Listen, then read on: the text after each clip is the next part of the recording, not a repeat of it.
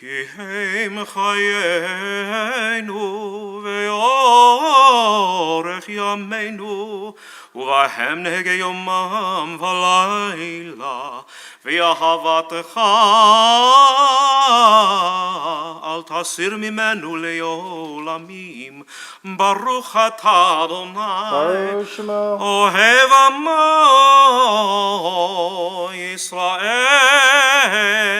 Amen. 41. Shema Yisrael, Adonai Eloheinu, Adonai Echad. Baruch.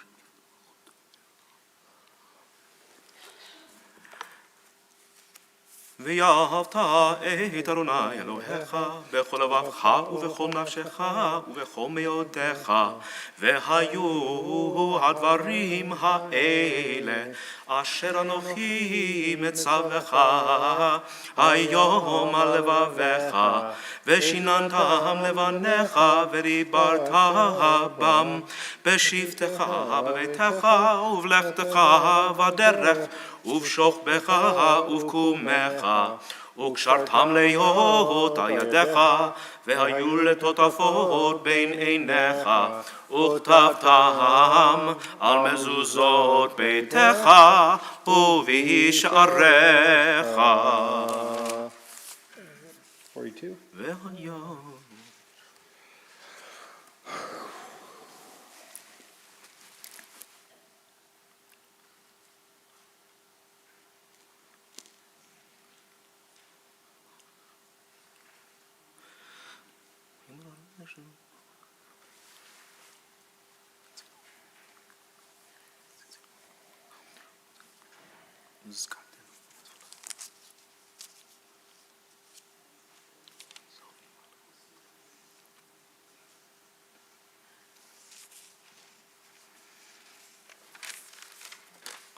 Adonai Elohechem Emet.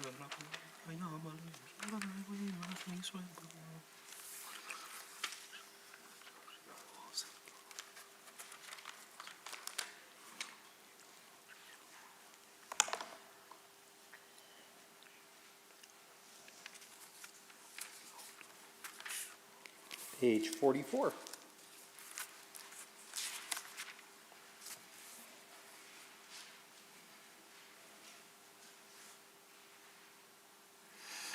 ומלכותו ברצון קיבלו עליהם משה ומרים ובני ישראל, לך אנו שירה בשמחה רבה, ויאמרו כולם מי כמוך באלים אדוני, מי כמוך נדר בקודש. נורא תהילות אוסף אלה, מלכותך ראו בניך, בוקע ים לפני משה, זה אלינו ויאמרו, אדוני ימלוך לעולם ועד. ונאמר כי פדר יעקב וגואלו מיד חזק ממנו, ברוך אתה אדוני גאל ישראל. 45. השכיבנו אדוני אלוהינו לשלום ולבריאות, שפת שלומך ותרבינו בצד טובה. ושמור צאתנו ובואנו לחיים ושלום מעתה ועד עולם, ופרוס עלינו סוכת שלומך. ברוך אתה אדוני הפורש סוכת שלום עלינו ועל כל עמו ישראל ועל ירושלים. Amen. We turn to page 46. יתגדל ויגדש שמי רבה, אמן. ואמר יברך ירותי וימליך מלכותי, בחייכון וביומכון, ובחיי דכל בית ישראל, בגלה בגלה, ובזמן קריב ויאמרו, אמן. יהי שמי רבה מבורך, לעולם עולם מעלמיה יתברך וישתבח ויתברך תרומם ויתנשא ויתהדר ויתעלה ויתהלל שמי דקודשא בריחו לילה מן כל ברכתה ושירתה תושבחתה ונחמתה דמירן בעלמא ואמרו We're going to turn to page 306 for the festival Silent Amidah, making sure to add the additions on page 309 for Shavuot. And I'll invite you to rise. I'm going to go get some wine, I realized, because we all have our kiddush. Good to see you.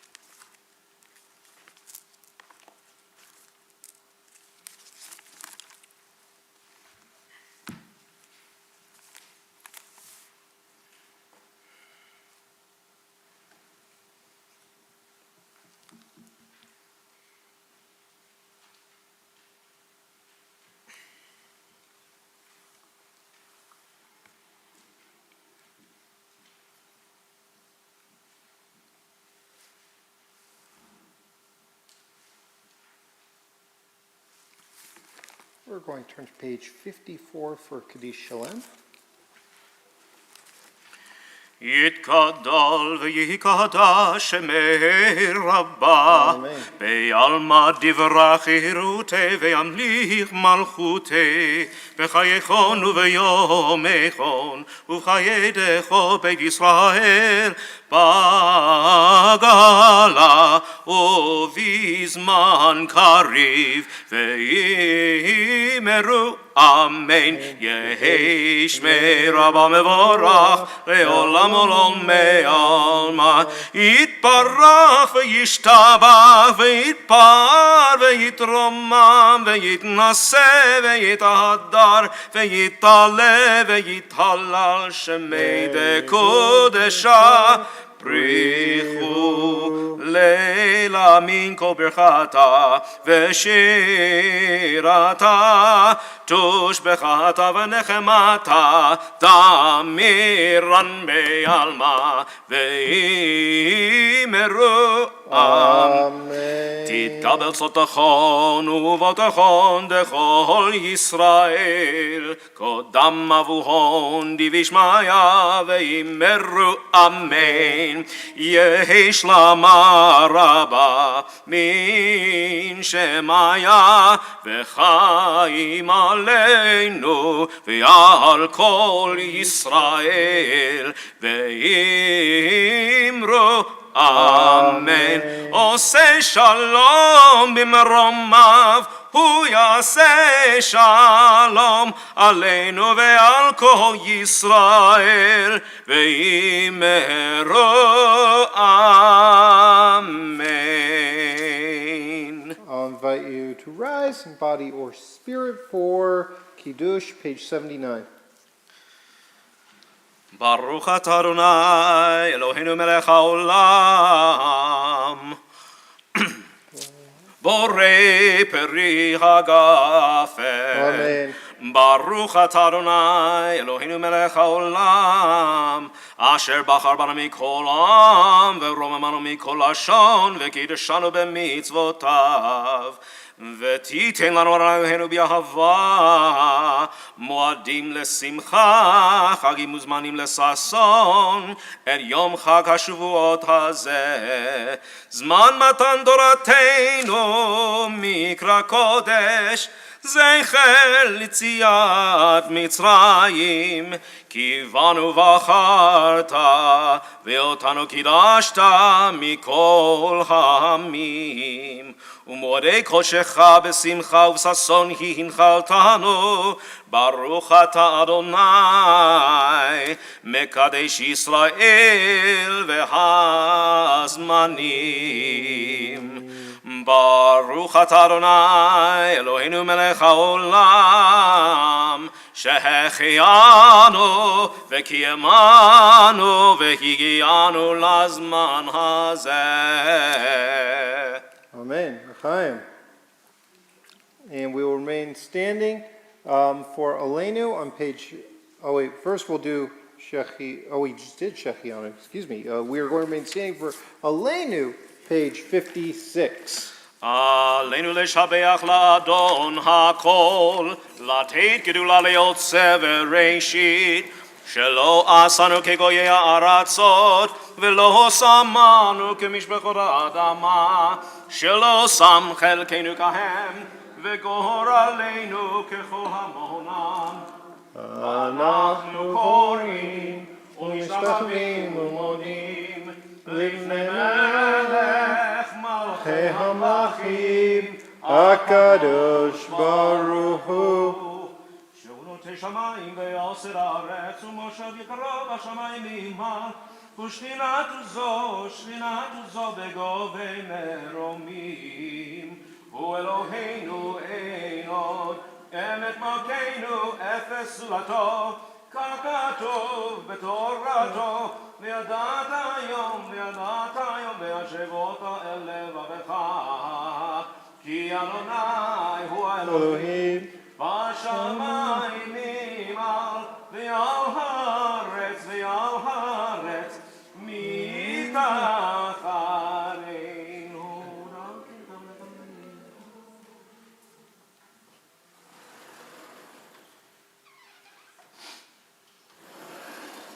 You may be seated. הכתוב בתורתך אדוני ימלוך לעולם ועד ונאמר והיה אדוני למלך על כל הארץ ביום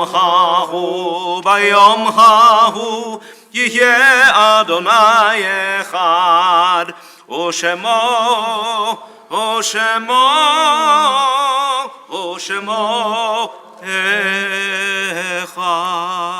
Turn to page 58, mourners and those observing Yortzeit. Yikadav, Yikadash, Merba, אמן. Ve'alma divrach yirutei, v'imlich malchutei, v'chai echon, uvyom echon, uvchaye dechol Beit Yisrael, ba'agala u'izman kariv v'imru. אמן. יהי שמי רבה מבורך לעולם עולמי עלמיה. Yitbarach, v'yishtabach, v'yipar, v'yitromam, v'yitnaseh, v'yitadar, v'yitalei, v'yitalal shemei l'kudishah. ריחו. Leila min kol bechata v'shirata, tush bechata v'ne'emata, ta'amiram be'alma v'imru. אמן. Yesh lama rabba min shemaya, v'chaim aleinu ve'al kol Yisrael v'imru. אמן. O say shalom b'imrumav, hu ya'aseh shalom, aleinu ve'al kol Yisrael v'imru. Amen. And we are going to conclude. Do you want to do Al Divrim, or what would you like to do? Sounds good. Sounds good. So in the spirit of Shavuot, that's a good one. We'll conclude with Al Shlosha Devarim. The world stands on three things. We have, of course, the Torah, what we are celebrating receiving over these next couple of days. But also the worship we're all doing right now. And also acts of kindness, which I know you all do every single day because this is a nice community. All right, Al Shlosha Devarim. על שלושה דברים, על שלושה דברים, על שלושה דברים העולם עומד. על התורה ועל העבודה ועל גמילות חסדים. על התורה ועל העבודה ועל גמילות חסדים.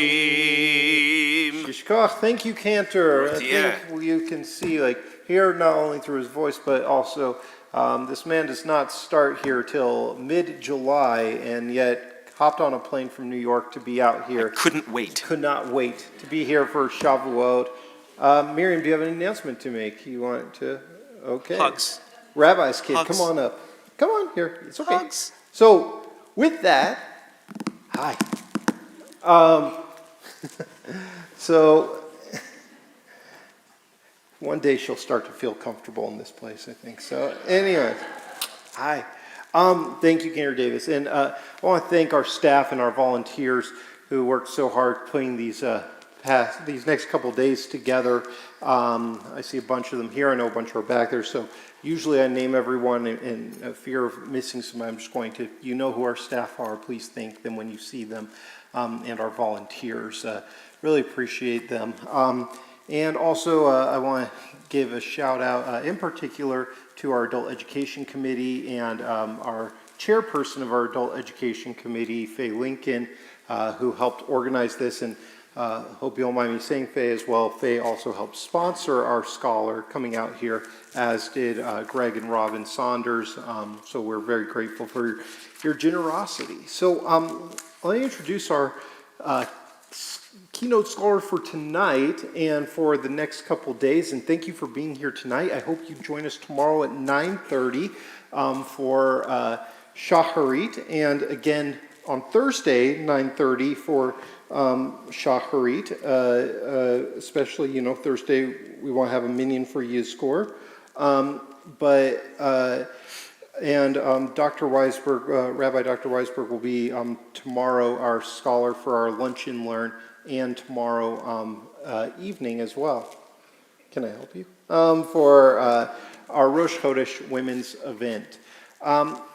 So one of the things that I took for granted when I was in rabbinical school was the incredible amount of scholars and teachers that I got to learn from on a daily basis. And only really in coming to Utah and not having an abundance of those rabbinic scholars have I realized how privileged I was.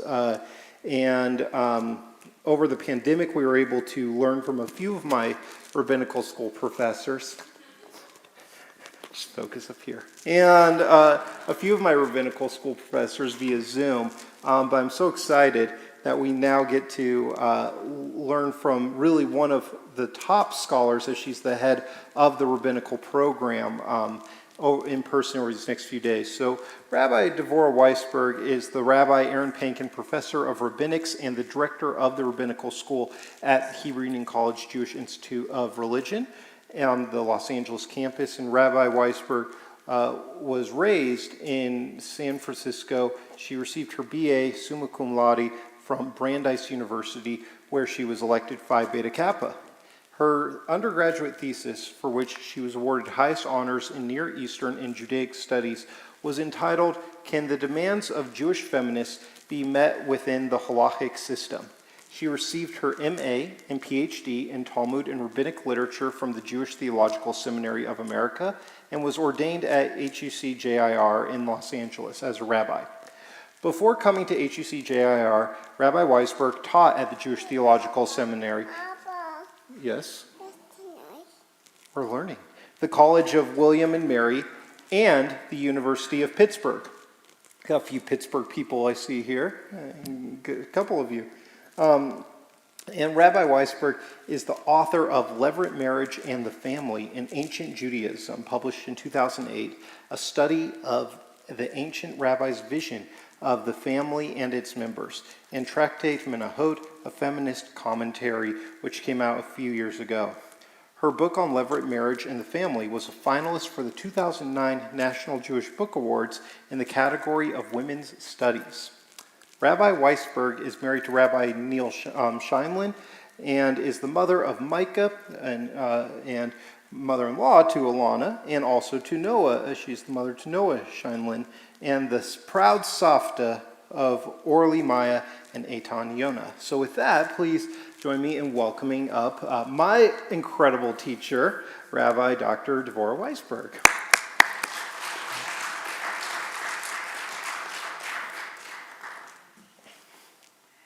Miriam is absolutely right that the bio is too long. I'm getting over a cold, so I'm going to beg your indulgence and stand up and use the microphone.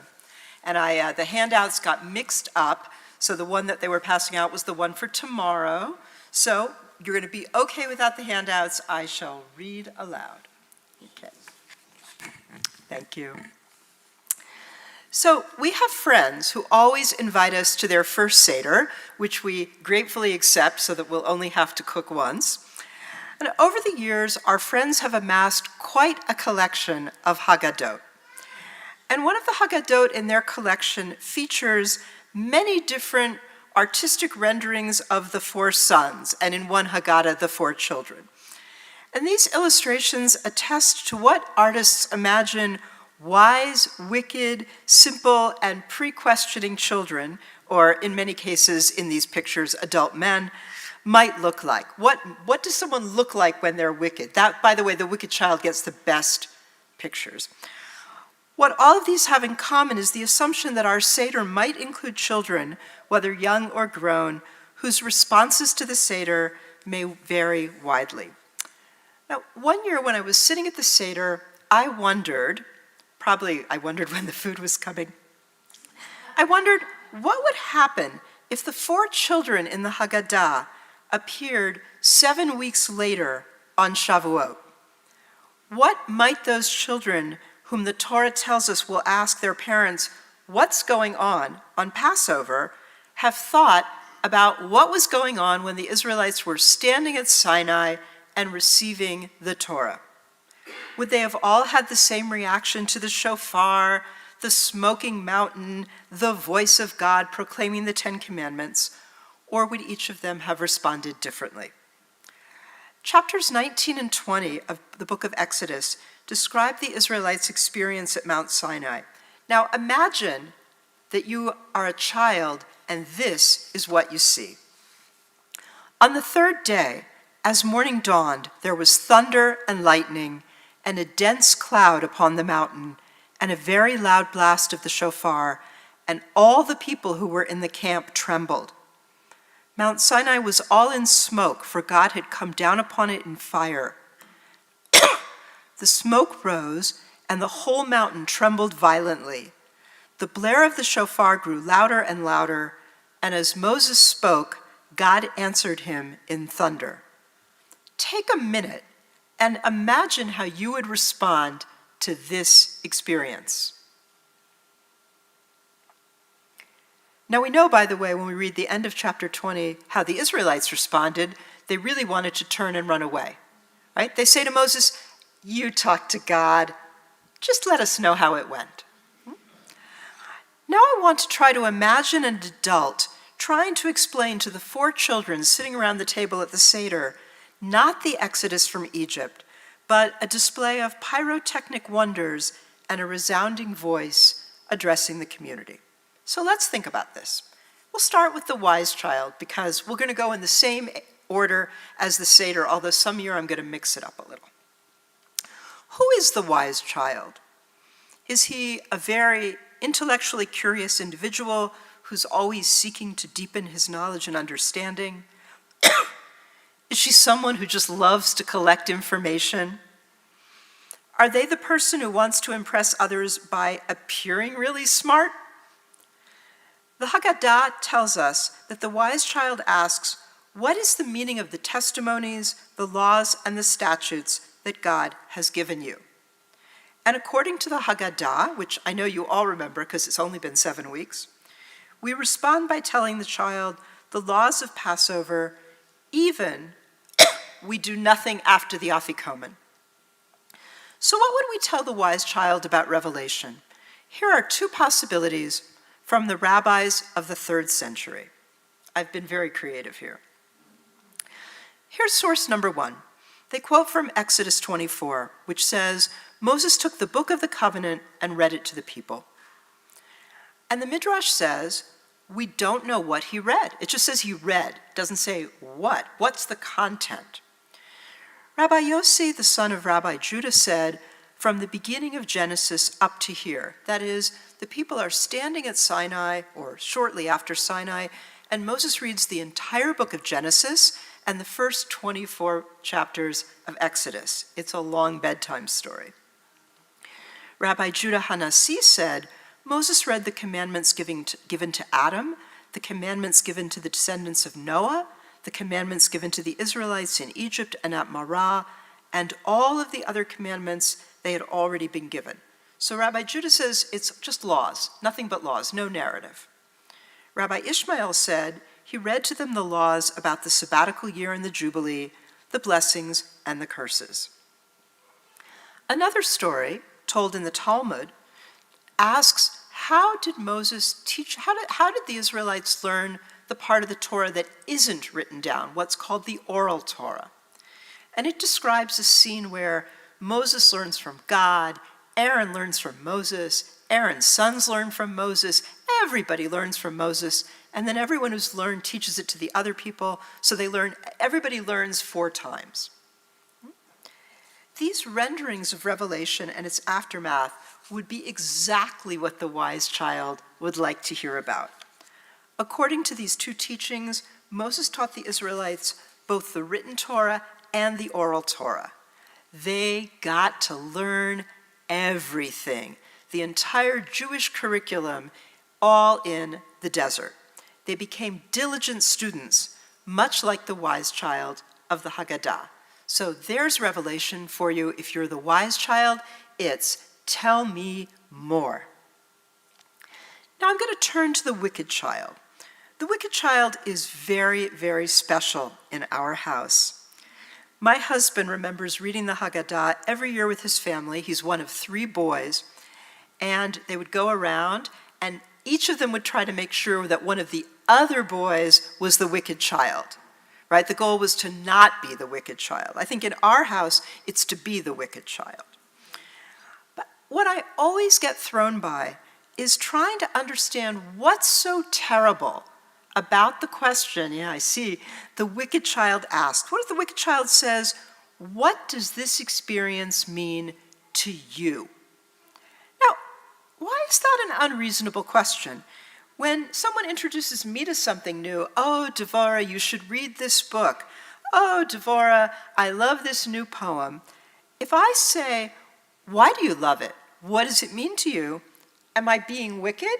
Because generally speaking, that's called listening, right? I want to understand why this piece of art speaks to you, because frankly, I see nothing in it, right? And yet, we're told that the child is wicked. The Haggadah's response to the child, minus the smack, which we will not imitate, suggests that someone feels that using the word you indicates that this child is alienated from the Seder. Like, I'm bored, I'd rather be on my Game Boy. What does this mean to you? So what then would we say to a child who responds to the giving of the Torah by saying, Torah, what does that mean to you? What do we say to someone who doesn't feel like the Torah belongs to them? This child, I think, would be particularly attracted to the following midrash. It says that in Exodus 19, verse 17, we read, the Israelites stood at the foot of the mountain, but the Hebrew preposition is betachtit, which I would say means at the bottom of the mountain, but which the rabbis read as being under the mountain. And they say this, Rabbi Avdimi bar Hama bar Hassa said, this teaches us that the Holy One suspended the mountain over Israel like a barrel, right? Think cartoon, you're standing there and there's a mountain literally looming over you. And God said to the Israelites, if you accept the Torah, everything will be fine and dandy. If you do not, this will be your burial place. Yes, I will drop a mountain on you. Rabbi Yaakov bar Acha said, this sounds like a serious problem with the Torah. What's the problem? If I say to you, hey, would you like this? While holding a mountain over your head, how likely are you to say no? Right. So the rabbis say, wow, if that's why the Israelites accepted the Torah, that sounds like coercion. That does not sound like free will at all.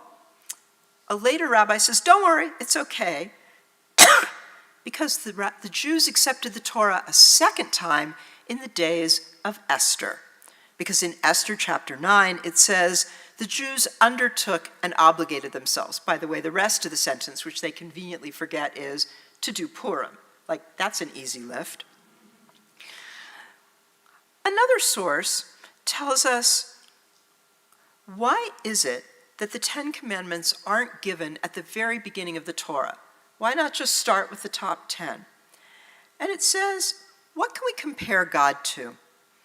A king who enters a province and says to the inhabitants, they didn't know any kings, may I rule over you?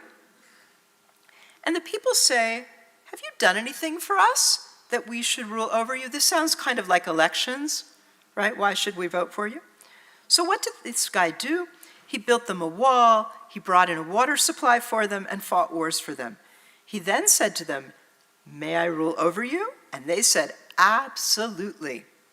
This is what God did, says the Midrash.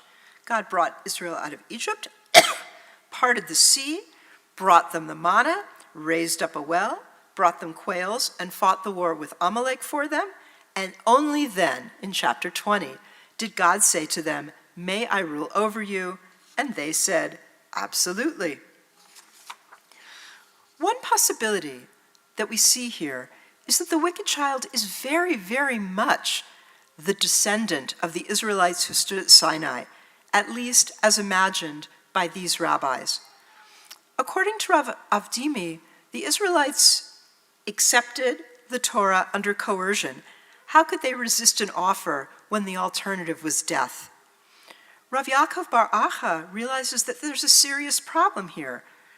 How can we, the descendants of those terrified Israelites, be obligated to a covenant that could never have been refused? How can a contract be enforceable if it was made under duress? Maybe the wicked child is someone who feels like he's being asked to accept something without choice. He has no agency. And the second midrash, the midrash about the king, reminds us that the wicked child of the Haggadah is not alone in wanting to know what the deal is before he buys in. According to this, a community cannot be expected to accept leaders who don't have a proven track record of getting things done.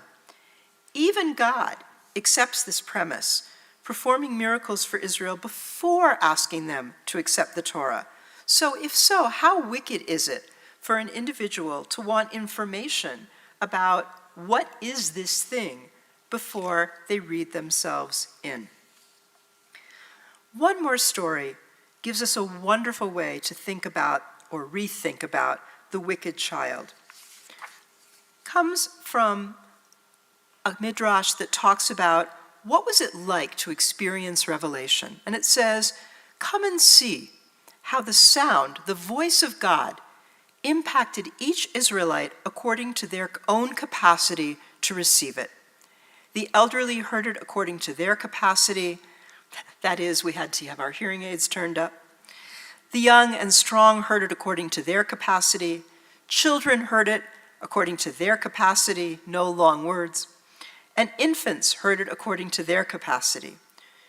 Even Moses heard it according to his capacity. As it is said, Moses spoke, and God answered him bikol, with the sound that he, Moses, had the ability to endure. Likewise, it says the voice of God in power. It does not say in God's power, but simply in power. That is, the power that each person could endure." According to this tradition, the question that the child asks is exactly the question that the rabbis think is reasonable. What does this experience mean to you? According to this midrash, people can be in the same, room, in the same area, hearing the same voice, and each of them hears it differently. Anyone, by the way, who has ever given a sermon knows this to be true. I am always delighted when after a sermon, people come up to me and they say, "Oh, Rabbi, your sermon really spoke to me," and then they tell me what they heard. And I'm thinking, I said that? Right? So the wicked child is someone who understands that no two people experience something the same way. And when the wicked child turns to someone at the Seder and says, "Ma ha'avodah hazot lachem," what does this mean to you? They're actually asking a wonderful question. I know how I'm experiencing it, but I would really like to know how you're experiencing it.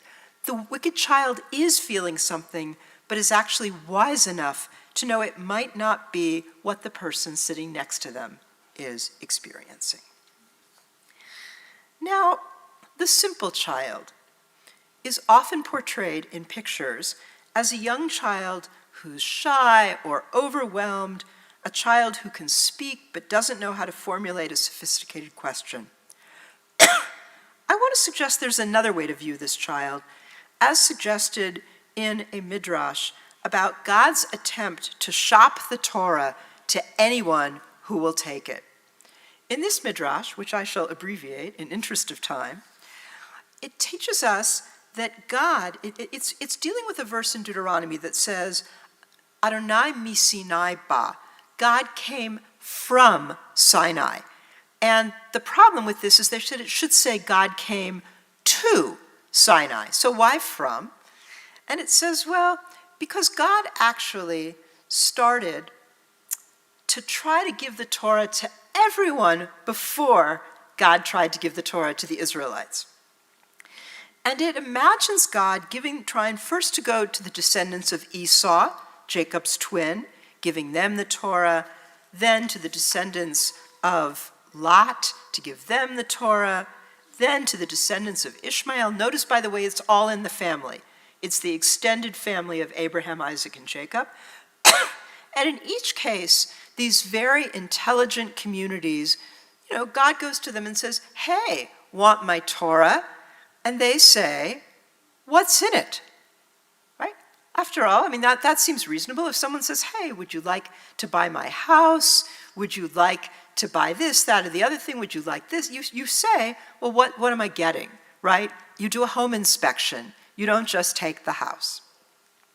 According to this midrash, each of these communities is told one of the 10 commandments, just one, and says, oh no, this is not going to work for us. Our cultural references don't allow for this. It's kind of a not nice, it's an ethnocentric midrash. And at the very end, having tried desperately to give the Torah to everyone, says, God went to every nation and said to them, will you accept the Torah? And they all say no. Finally, last, God came to Israel and said to them, will you accept the Torah? Now, if this midrash went, perfectly, what would the Israelites do now? What's in it? Oh no. They say, sure, na'aseh v'nishma, right? We will do this and we will listen. This is what we call the absence of caveat emptor, right? Let the buyer beware, right? Your lawyer would not want you to do this. Now, I think that this is the simple child. The simple child is capable of radical amazement. I think that this child is the child who would say, wow, I have no idea what's going on here, but it's amazing. It's mind-blowing. I'm just going to jump in, right? That's the simple child. He says, mazot, what is this? But then he says, okay, what the heck? Let's try it. This is a child, a person who's open to wonder. She doesn't need the details explained. She doesn't need to process. She's just prepared to live in the moment. And this, according to our midrash, is one way to accept the Torah, to accept it on faith and then explore what it means. As if the simple child says to God, I am overwhelmed and I'm just dying to do this with you, right? I'm throwing myself at you. I'm so excited. And last, but certainly not least, the child who does not know how to ask. Every teacher, any teachers? Every teacher knows this child. This child sits silent in our classroom. Sometimes this child, by the way, is a 26-year-old rabbinical student, right? We're not sure what they're thinking. We don't want to assume that they're not paying attention, but we just have no idea what's going on. And we know, because they taught us this in ed class, we know we should work really hard to draw this individual out, and sometimes we just don't have the energy, especially in a big class where we have lots of children who have plenty to say. And as a result, this child's questions are never heard. Or worse, we assume that because this child is not asking questions, they don't have any. We dismiss them because we don't hear them. And as a result, there is no record of their ideas. This person is, by the way, the one who, when you get to the end of the year and you have to write comments on the report card, you feel horrible because you don't have anything to say. And I think this child is perfectly captured in a modern poem by Merle Feld called We All Stood Together at Sinai. She writes this, my brother and I were at Sinai. He kept a journal of what he saw, of what he heard, of what it all meant to him. I wish I had such a record of what happened to me there. It seems like every time I want to write, I can't.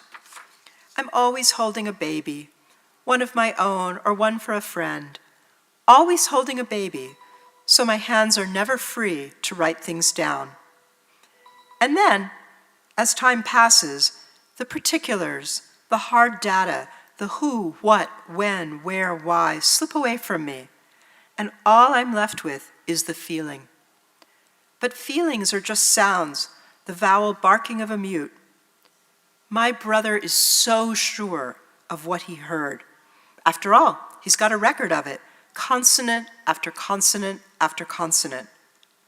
If we remembered it together, we could recreate holy time, sparks flying. We have multiple records of what happened or what the Israelites experienced at Sinai. We have Exodus and Deuteronomy. We have many, many rabbinic stories imagining what was going on. But even those records are an incomplete picture. If each Israelite had a unique experience, then, as Feld's poem suggests, there are thousands of unrecorded memories to one of the central events in our collective Jewish experience.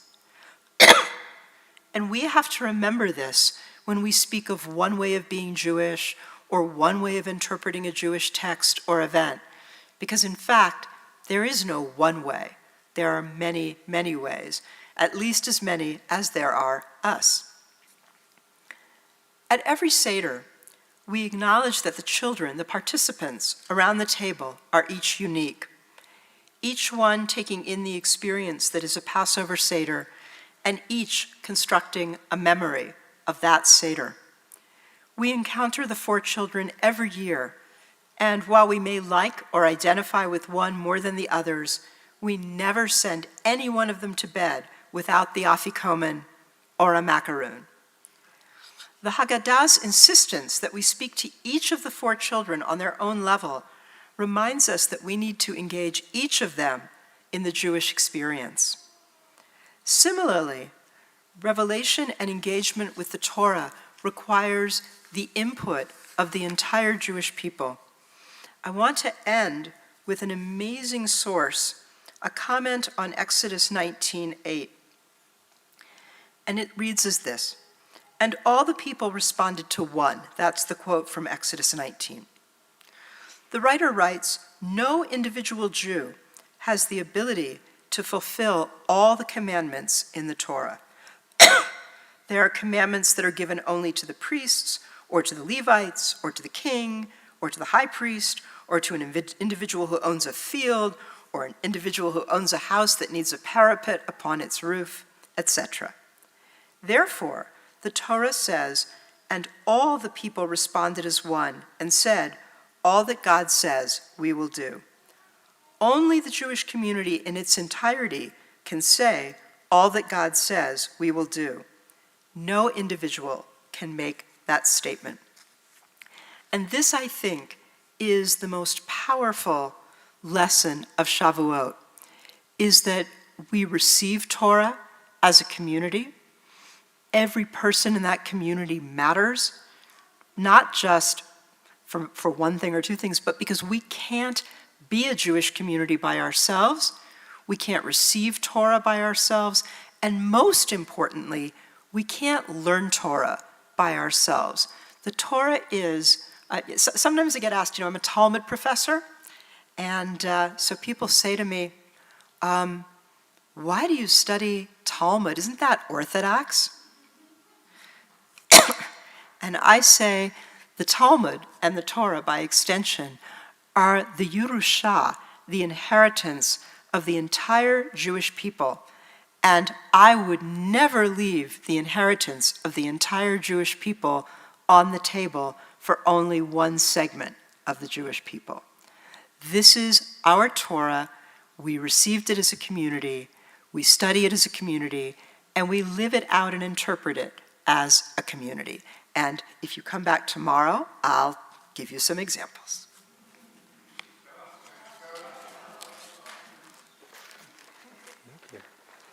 Thank you so much, Rabbi Dr. Weisberg. What a pleasure. You have no idea how excited I've been to learn from you once again. So tomorrow, with Dr. Weisberg, Dr. Weisberg, as you can tell, Rabbi Dr. Weisberg is a wonderful teacher and lecturer. She's also, as a Talmud scholar, wonderful text for leading in text study. And I believe tomorrow we're going to be doing, tonight was more of a lecture piece, and tomorrow will be more text study with Rabbi Weisberg. So tomorrow, during our day one Shavuot morning service, Rabbi Dr. Weisberg will be giving the Devar Torah. And then following our service at around 12:15 or so, whenever we get out, we will have a lunch and learn that all are invited to, with the origin, where Rabbi Dr. Weisberg is going to teach on the origins of formal Jewish education, a Talmudic account. And then tomorrow night at 7 p.m., our Rosh Chodesh women's group, one of the great things about our scholar also is, in addition to being a well-known Talmud scholar, she's also well-known for her feminist scholarship, Jewish scholarship as well. So this one is going to be for our women's group. I've been told that I'm permitted to come to give the introduction, then I'm getting kicked out. But I would complain, but I guess, we have a couple thousand years of women being kicked out of Jewish men's study groups. So I'll take my my punishment. In that, Rabbi Dr. Weisberg is going to be teaching Women Speak to God, the Prayers of Biblical Women, which I'm sure will be fascinating, and hopefully my wife will tell me all about it.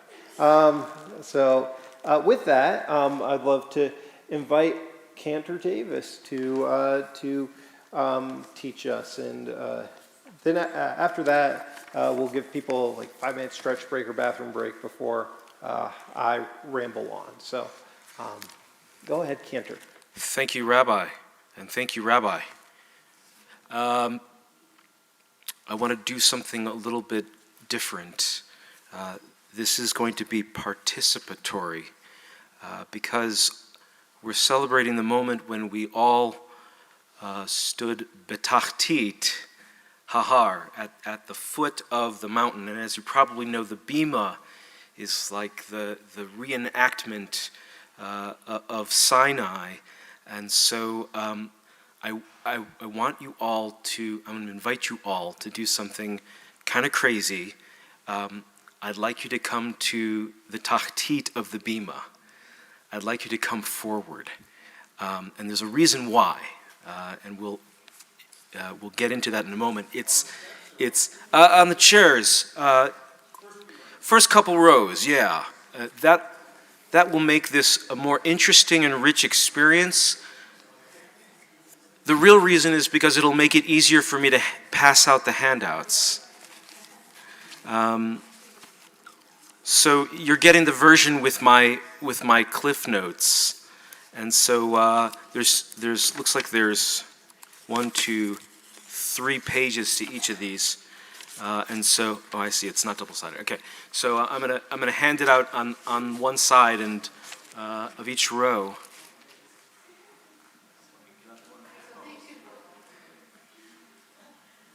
All right, so don't just take the first page. You're gonna take 3 pages. Okay, so this is going to be a little bit more creative. I call this synesthesia, imagining the sound of sitting, standing, and ascending Sinai. And what I want to do is for us to get a sense of what maybe it felt like and what it sounded like and looked like, maybe. Maybe. We're not going to have all the special effects.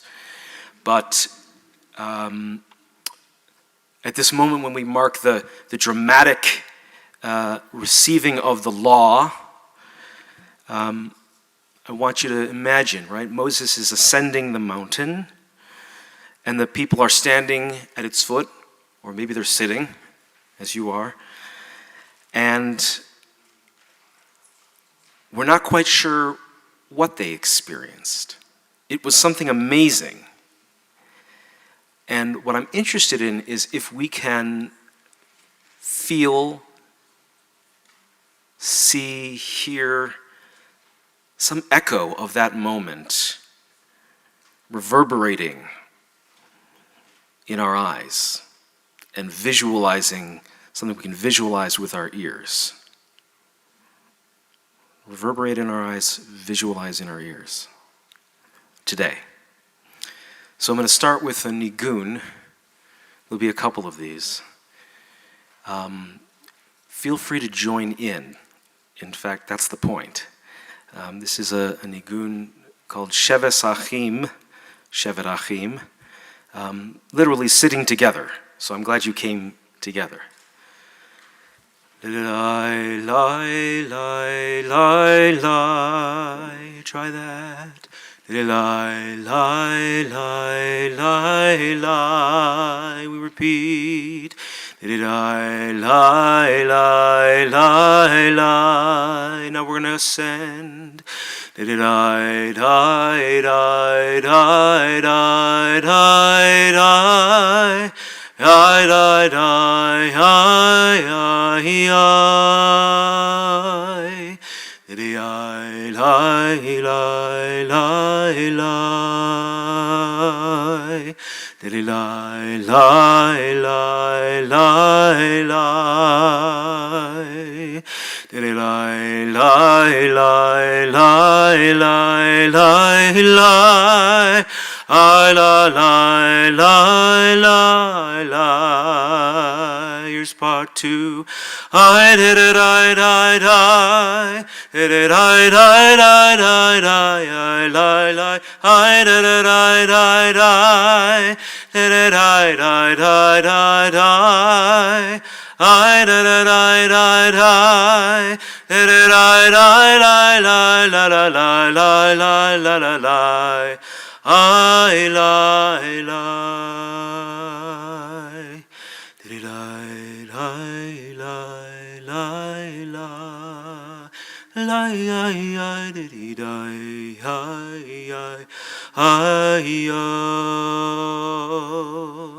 did I lie, lie, lie, lie, lie, lie, did I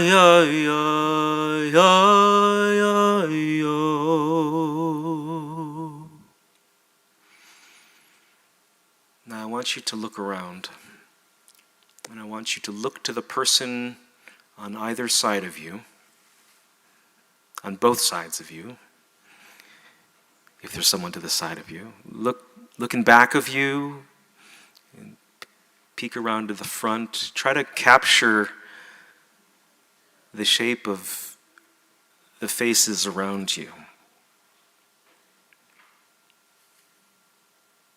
Now we're going to close our eyes and step into the Kol Ami time machine. It looks a little bit like an Eldorado. Not an Eldorado, a DeLorean. And we're going to picture ourselves having made the trek for 49 days out of Egypt. And we've left behind Mitzrayim. Mitzrayim, the place of the double narrows, the place where our people were held in spiritual and physical captivity. Meitzer is the narrow place, and so Mitzrayim is the double narrows. And 49 days later, we are Bamidbar. We're in the wilderness of Sinai. There's very little except the mountains ahead of us and the wide plains, expansive, wild, open, like our future. And so on a festival like Shavuot, we offer words of praise. And so from Psalm 118, Min HaMeitzar, from the narrow places, I call out to God. And God answered with expansiveness. Lai, lai, lai, lai, lai, la, la, la, lai. Lai, la, lai, lai, la, lai, lai. Lai, lai, lai, lai. Lai, lai, lai, lai, lai, la, la, la, lai. Lai, la, lai, lai, lai, lai, lai, lai. Lai, la, lai, lai, lai, la, la, la, lai. Lai, lai, lai, lai,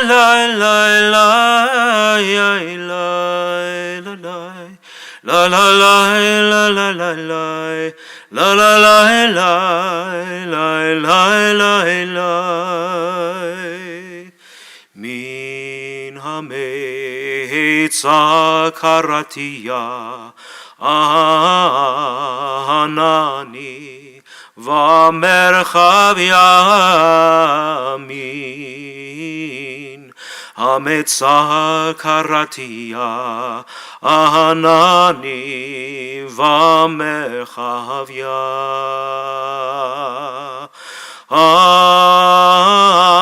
Adonai li lo ira ma yase li adam ma Adonai li lo ira ma yase li adam min hametzar karatia anani v'merchavia min hametzar karatia anani v'merchavia.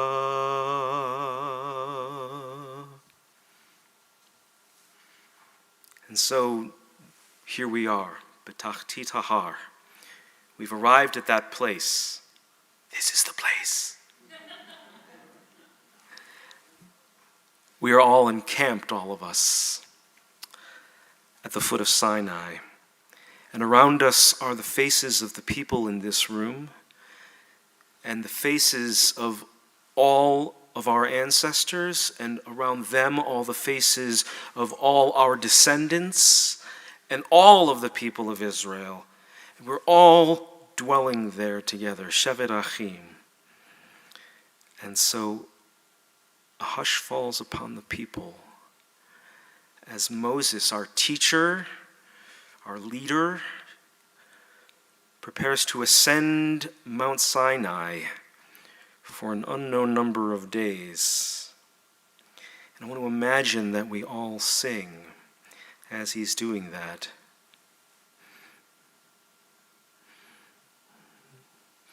Lai lai lai lai la la lai lai lai la la lai lai lai lai lai lai lai ai la la lai lai lai la la lai lai lai lai ai lai lai ai la la lai lai lai la la lai lai lai lai la la lai lai lai la la lai ay.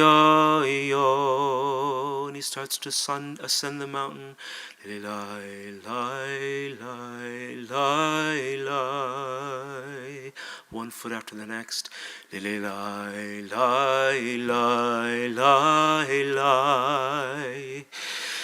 Dee, dee, dai, dai, ai, lai, lai, lai, lai.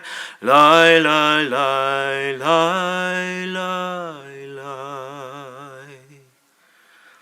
There's thunder that we see, and shofar blasts that we see, and lightning that we hear. Something strange and amazing is happening. We are witness to a moment of massive majesty. Ha'el, Hagadol, Hagibur veHanorah, El Elyon. And the Aseret HaDibrot that we'll chant tomorrow are in Ta'amei Elyon, the high trope.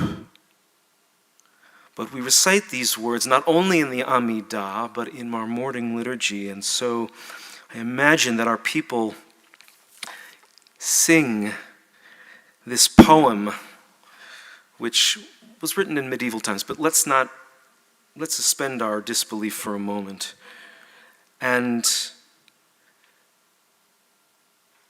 imagine that each of us, as Rabbi Weisberg taught, are receiving Torah in our own way, with our own soul.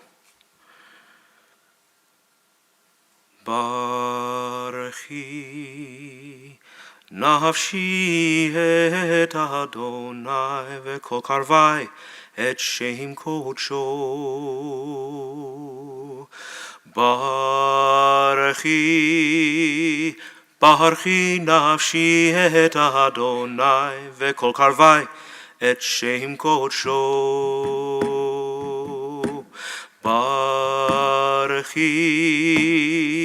Baruchi nafshi et Adonai v'kol karvai et shem kodsho.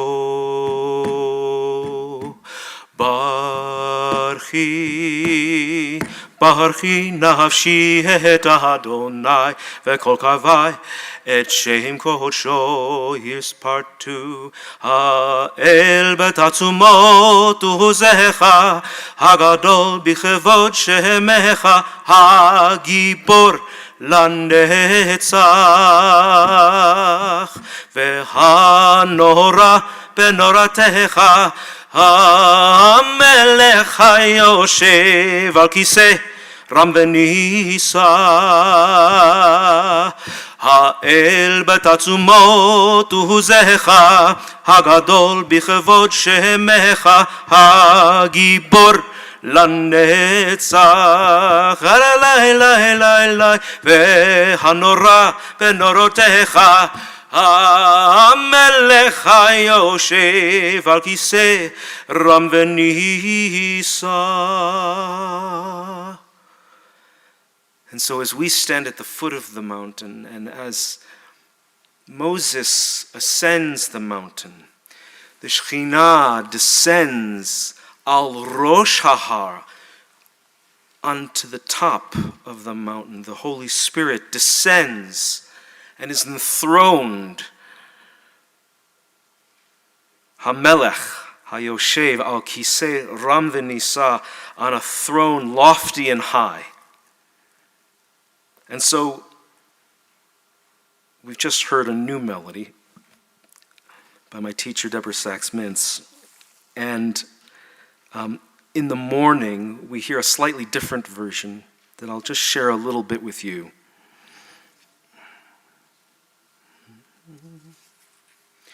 Hagadol b'chvod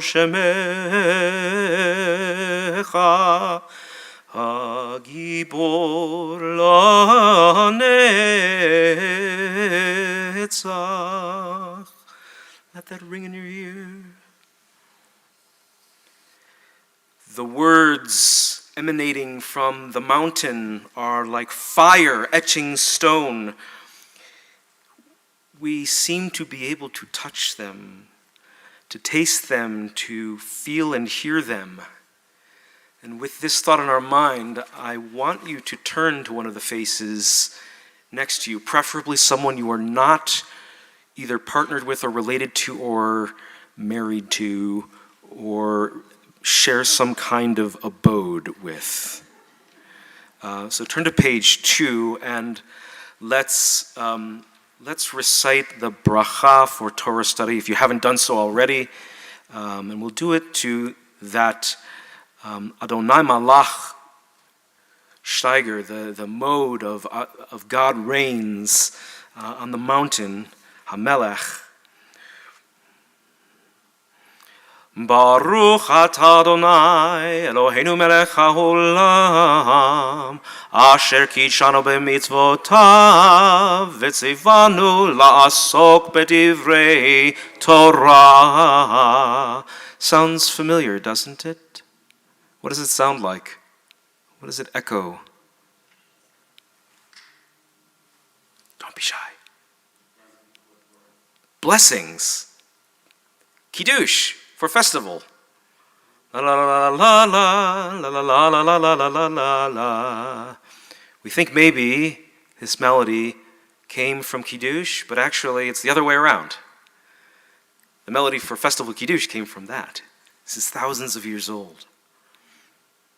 We don't know if it came from Sinai, but this is one of the melodies that we call Mi Sinai.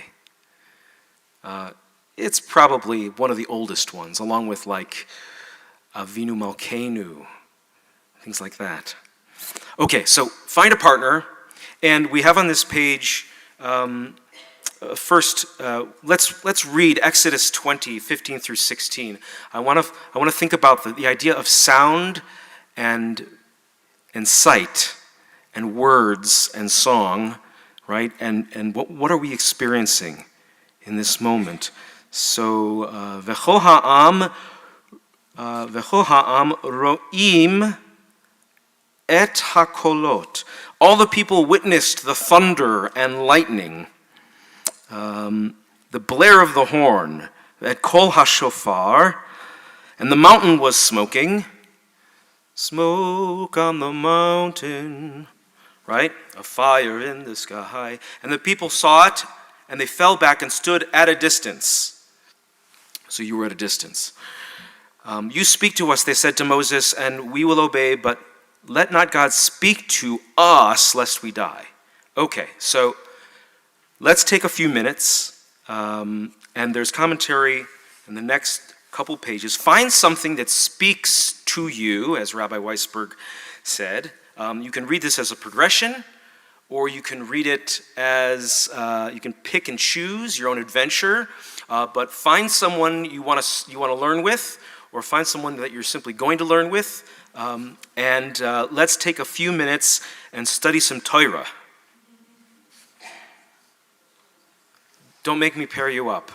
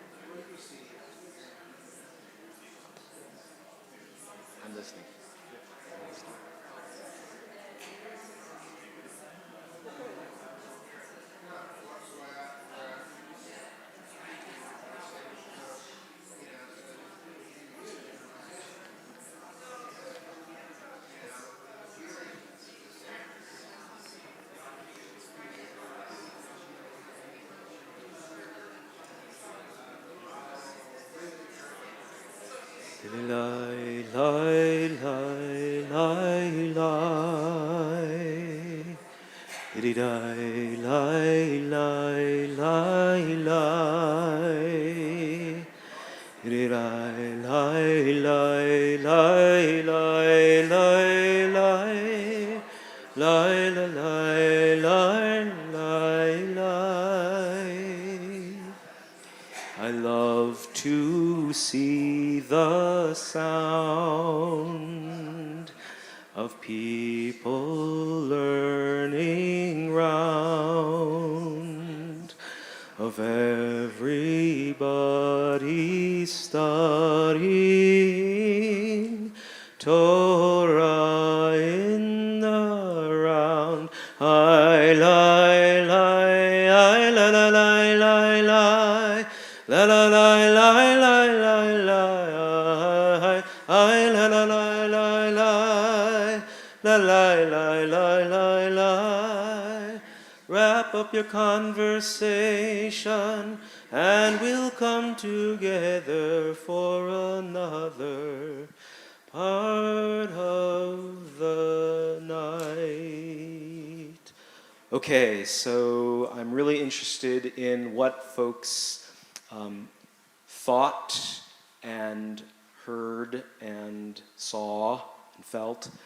And so I've grabbed the portable mic so volunteers can raise their hand and share some of the shtiklach, the little pieces of Torah that they pulled out of this experience that our ancestors experienced, but also that we might be in some small way experiencing now. So I'll take hands, and if there's not hands, the mic will be thrust into your face. Okay, here we go.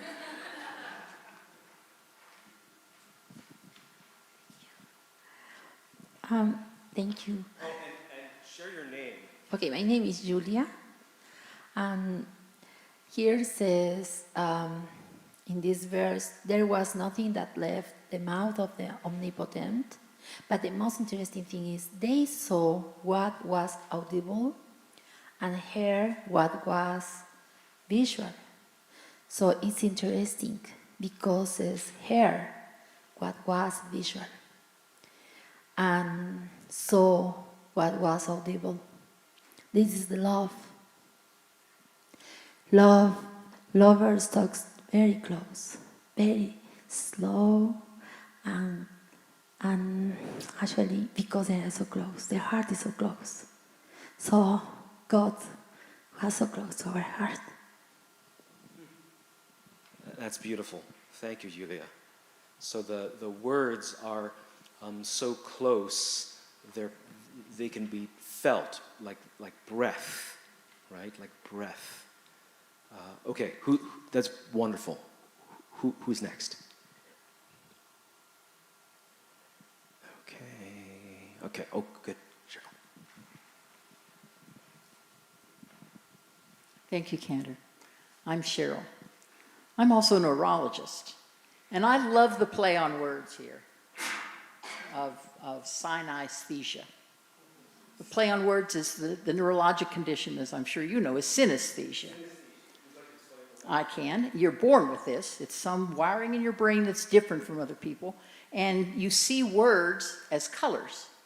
So, for instance, if somebody said Danny, I would think of blue or whatever. And every time the word Danny came out, I would see the same color. So it's seeing words, and that's sort of what is done here. And the thing that strikes me is, when you're born with something, you assume everyone else has it.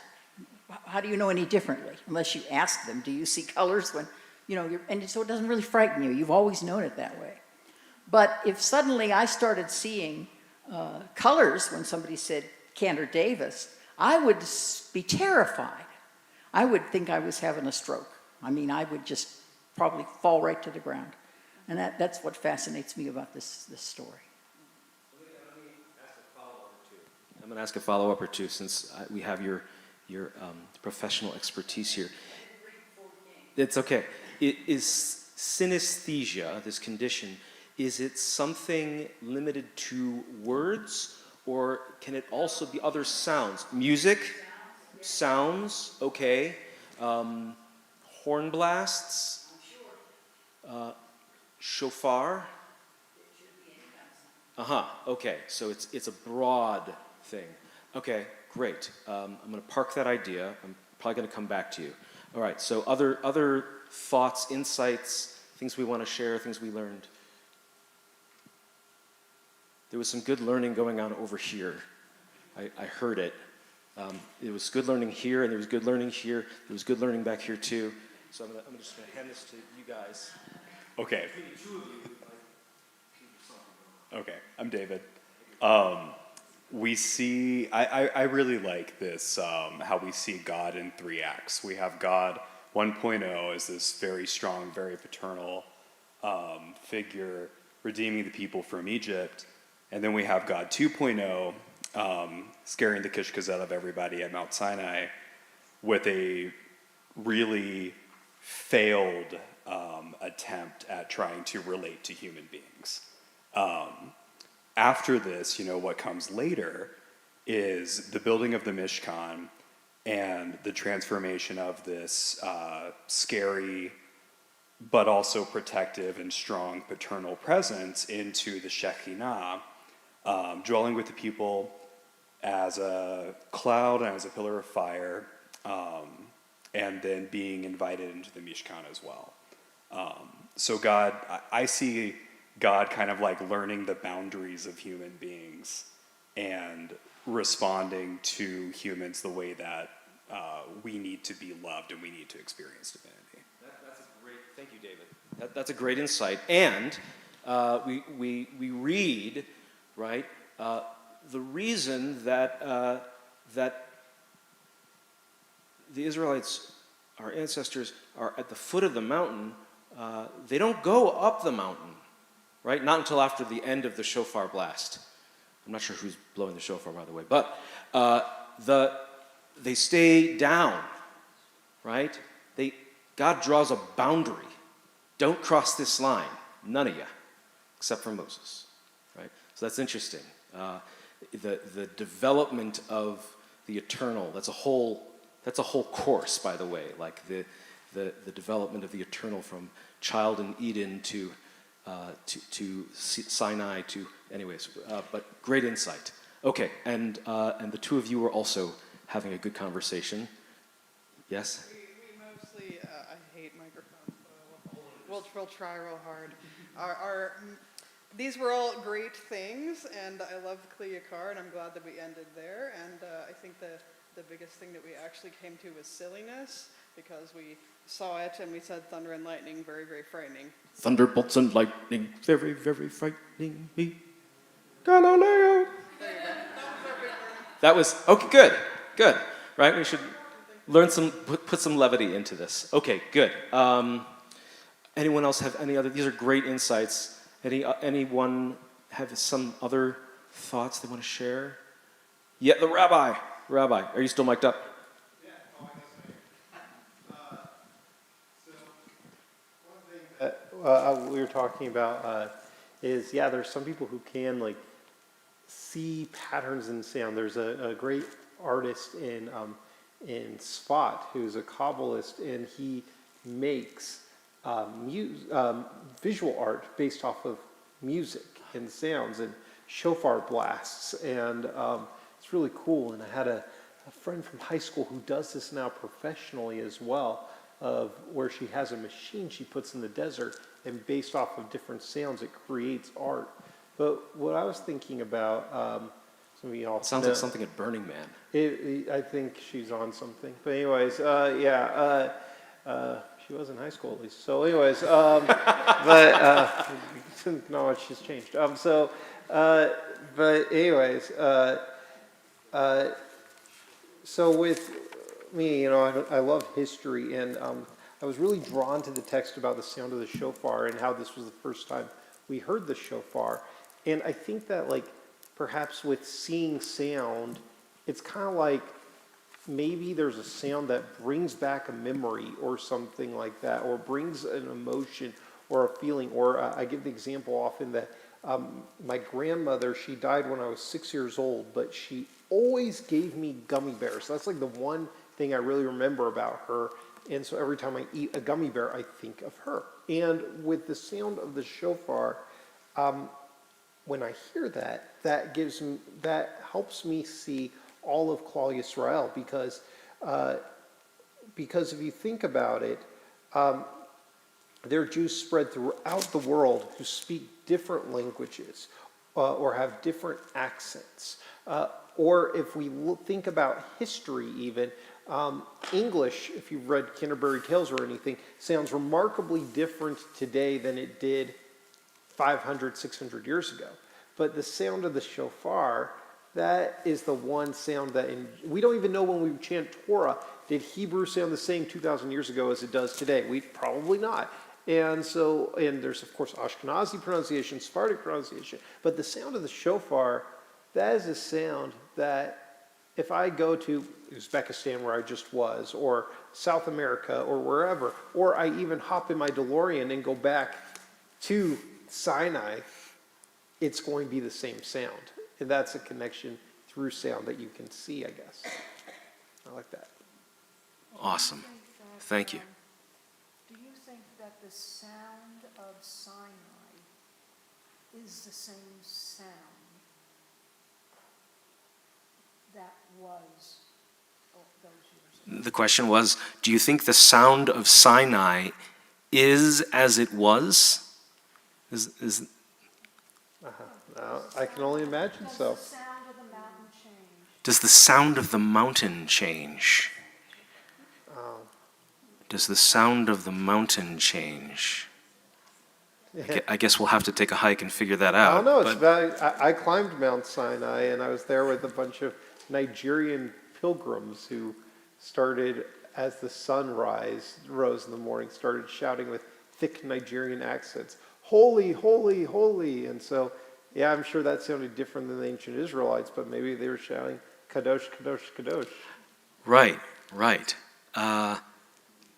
Yeah, it's so fascinating. A great question, right? And I think maybe the question is a false one. That is to say, maybe the question we should be asking isn't, is it the same sound as it was, right? Because we're participating in kind of an experimental midrash here of like what Sinai sounded like and felt like, right? This, like nothing that we've sung tonight nothing is more than like 1,000 years old, okay? And I talked about this idea of Sinai tunes, melodies that go back to Sinai, most of which are a few hundred years old, but none of which are more than 1,000 or 1,200 years old, which is fairly new in Jewish standards, right? So the idea of, is it as it was? Probably not. But what is as it was is something I'd like to tease out. So I'm going to return to Cheryl for a moment. This phenomenon of synesthesia, of seeing sounds, right, and its opposite, which I don't know the name for, and hearing visions. You said it's something people are born with. So is it possible that 1 million people would have had, or 600,000 people would have had this condition? Is it genetic? Is it like, did Abraham have it? It's maybe not genetic. Okay, so no. The answer is it's probably not genetic. Okay, so David says it can be induced by the right substances, and there's no doubt, there's no question that ancient societies, especially the priests of societies, including our own, would indulge in, they would partake in substances, kanebusim, of things, that would help their visions, right? And that's how they would prophesize. So maybe. But did all of our ancestors simultaneously have a collective hallucination? Or did they suddenly all have synesthesia? They all developed it all at once. They all ate the same manna, right? So maybe someone slipped something in the manna. Yeah.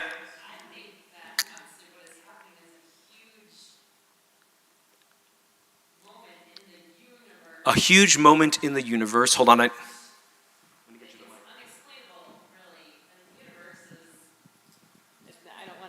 Don't want to be a mic. Okay. Something huge is going on in the universe. Something huge is going on. Something cosmic. Something massive, right? I want to. Yes.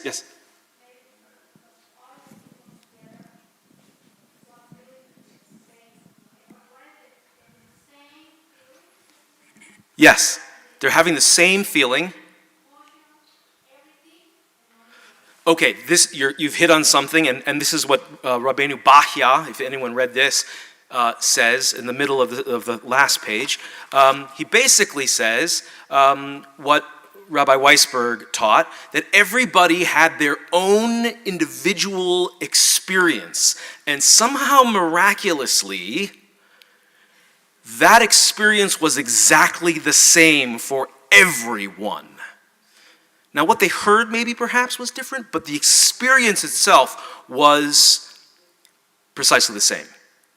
So it's big and huge and cosmic, but I want to flip the script on that and go back to this idea of ha'el batatsumot uzecha, that God's strength, God's power is absolute.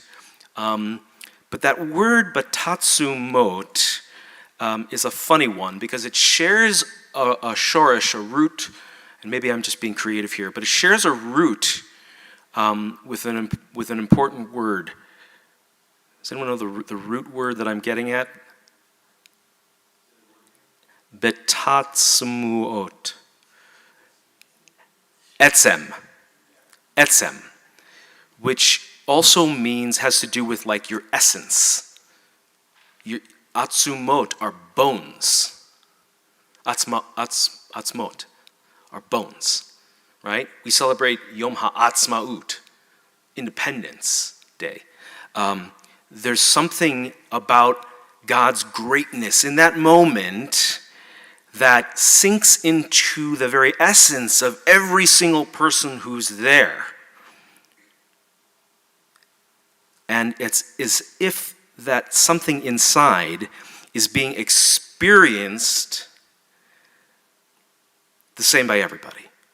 Everyone's feeling the same thing, they're experiencing the same thing, and it's in the fullness of their sensory experience. Whether or not they took some kind of strange trip to Sinai, or something really happened, right?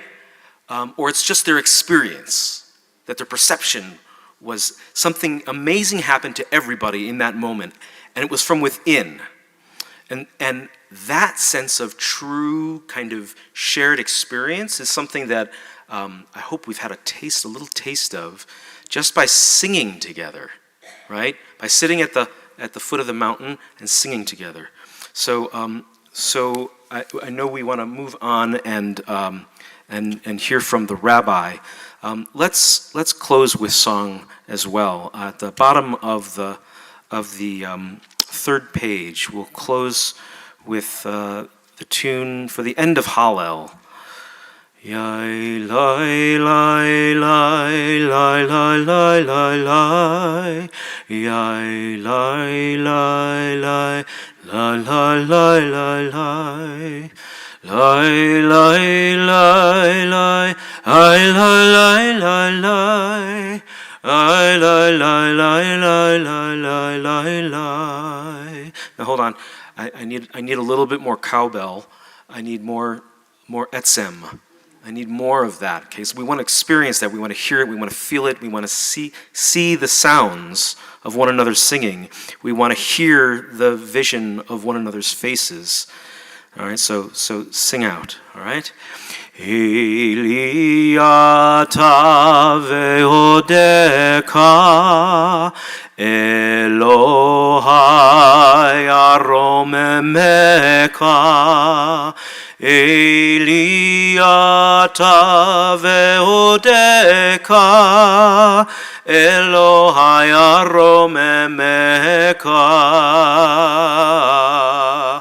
Hodu ladonai ki tov ki leolam chasto Hodu ladonai ki tov ki leolam chasto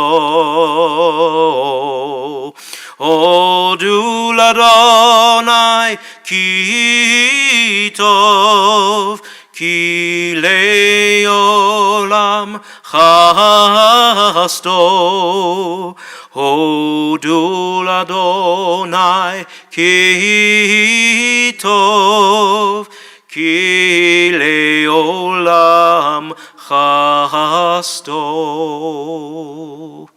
Chag Sameach, and I hope you'll join us over the next couple of days to recreate this experience of standing or sitting at Sinai together and singing together with our atzmot, our bones, from our very essence. So thank you for indulging me and for coming forward and for teaching me a little bit of your Torah. Eshkoach. Baruch tieh. Thank you so much, Cantor. That was fantastic. And I know it's like midnight where in your brain right now, and talking about experiencing things in the same space, but experiencing differently. And so here's what we're going to do. Like I said, I'm going to teach about thou shalt not murder and what that means in wartime with civilian casualties in Jewish tradition. But let's take like 2-3 minute restroom break, and that will also give you the time to sneak out of here if you are too tired. I promise I'll only be slightly offended, not enough to burn bridges permanently. And so if you are tired, I'll give you an opportunity for escape. But let's see, it is like 10:07 right now. So how about we'll take, like I said, like 3 minutes, stretch, go bathroom, and then we'll come back and learn a little.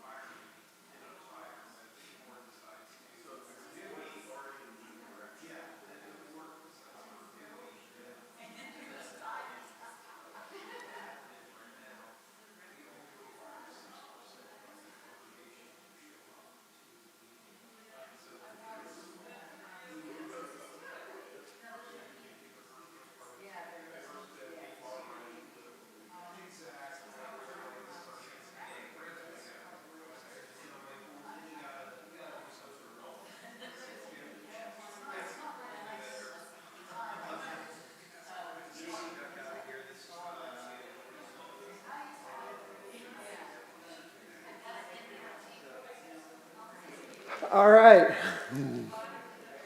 Hi, everybody. So I'm going to get started. Oh, man, they took full advantage of that offer. All right. Thanks for staying. Tomorrow,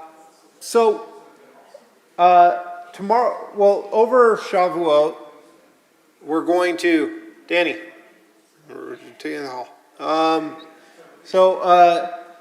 Anyways, sorry, synagogue politics. You get very passionate.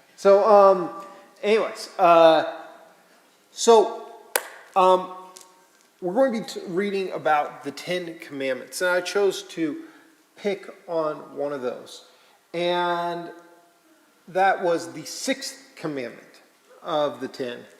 And when I was researching, trying to put this together, I often go to a very reliable source, just kidding, to see what if it could lead me to other sources, and that's, hey, what's on Wikipedia? And so I typed in the 6th commandment. Does anybody remember what that is? I've said it a few times. Murder, you got it right. I type into Wikipedia, thou shalt not murder, and it redirects it to, thou shalt not kill. This is not what the Hebrew says. Danny Berman. Anyways, so what is the difference, first of all, between killing and murdering? Because after all, when we look in the Torah, there's a lot of killing going on. Kill this person for this, kill that person for this. We have a story about a guy who commits blasphemy against God's name, and everybody goes and stones him. There's a lot of killing. What is the difference between, feel free, this is, by the way, come.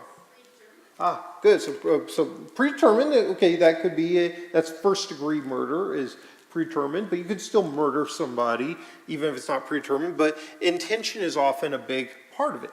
So if I'm driving down the street here, down Heritage Way, and it is the evening and the sun is setting in the west, and so it is right in my eyes, and I don't see somebody walking across the road, and I hit them with my car, and they die, they're dead, okay? So that's one scenario.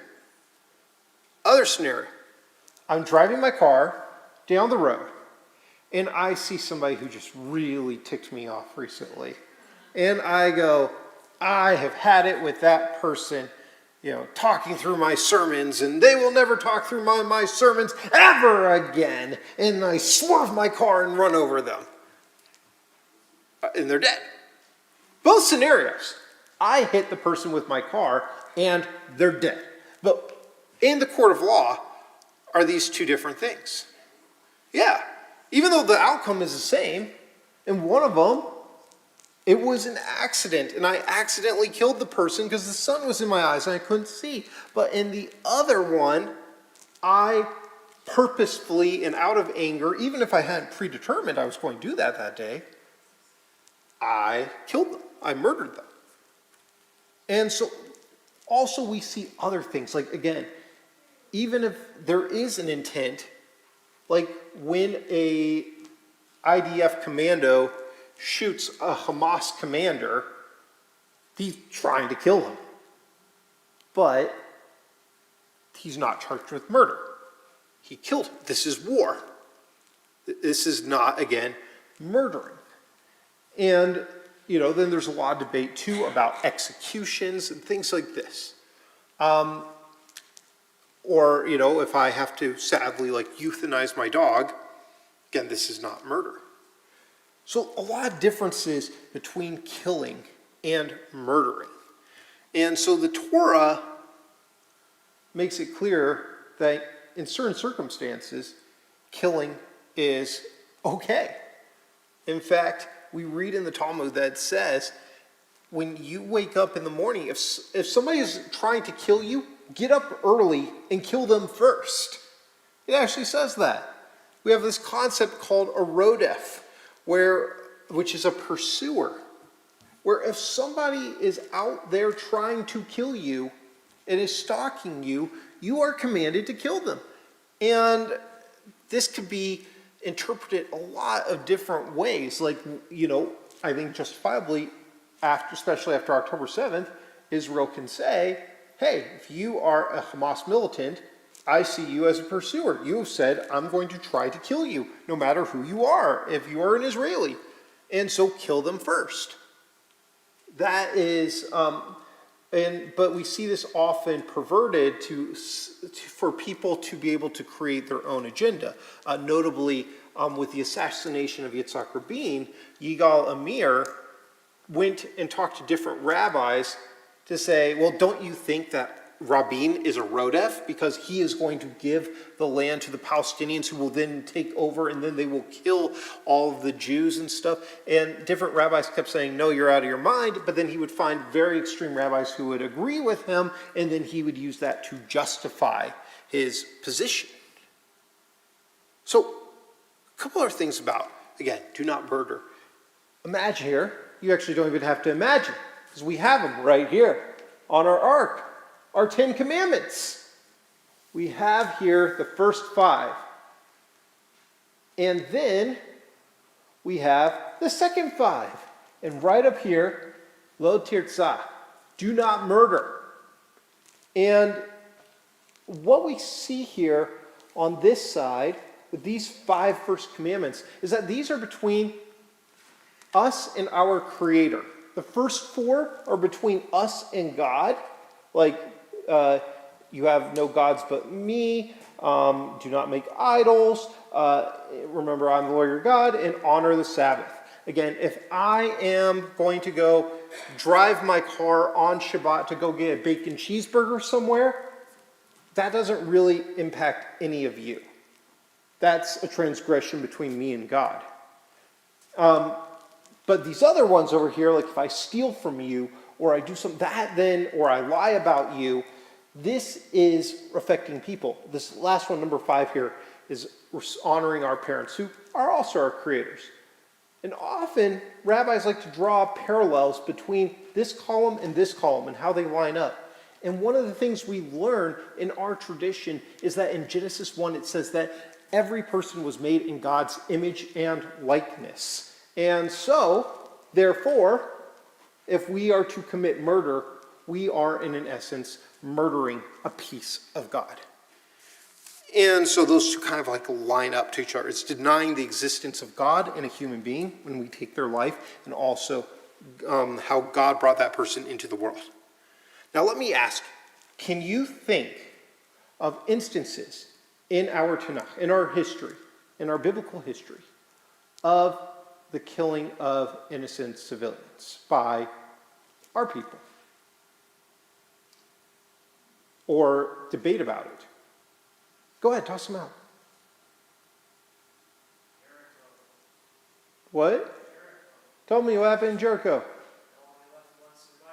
Okay, so we have the Battle of Jericho. There we go, there's a battle.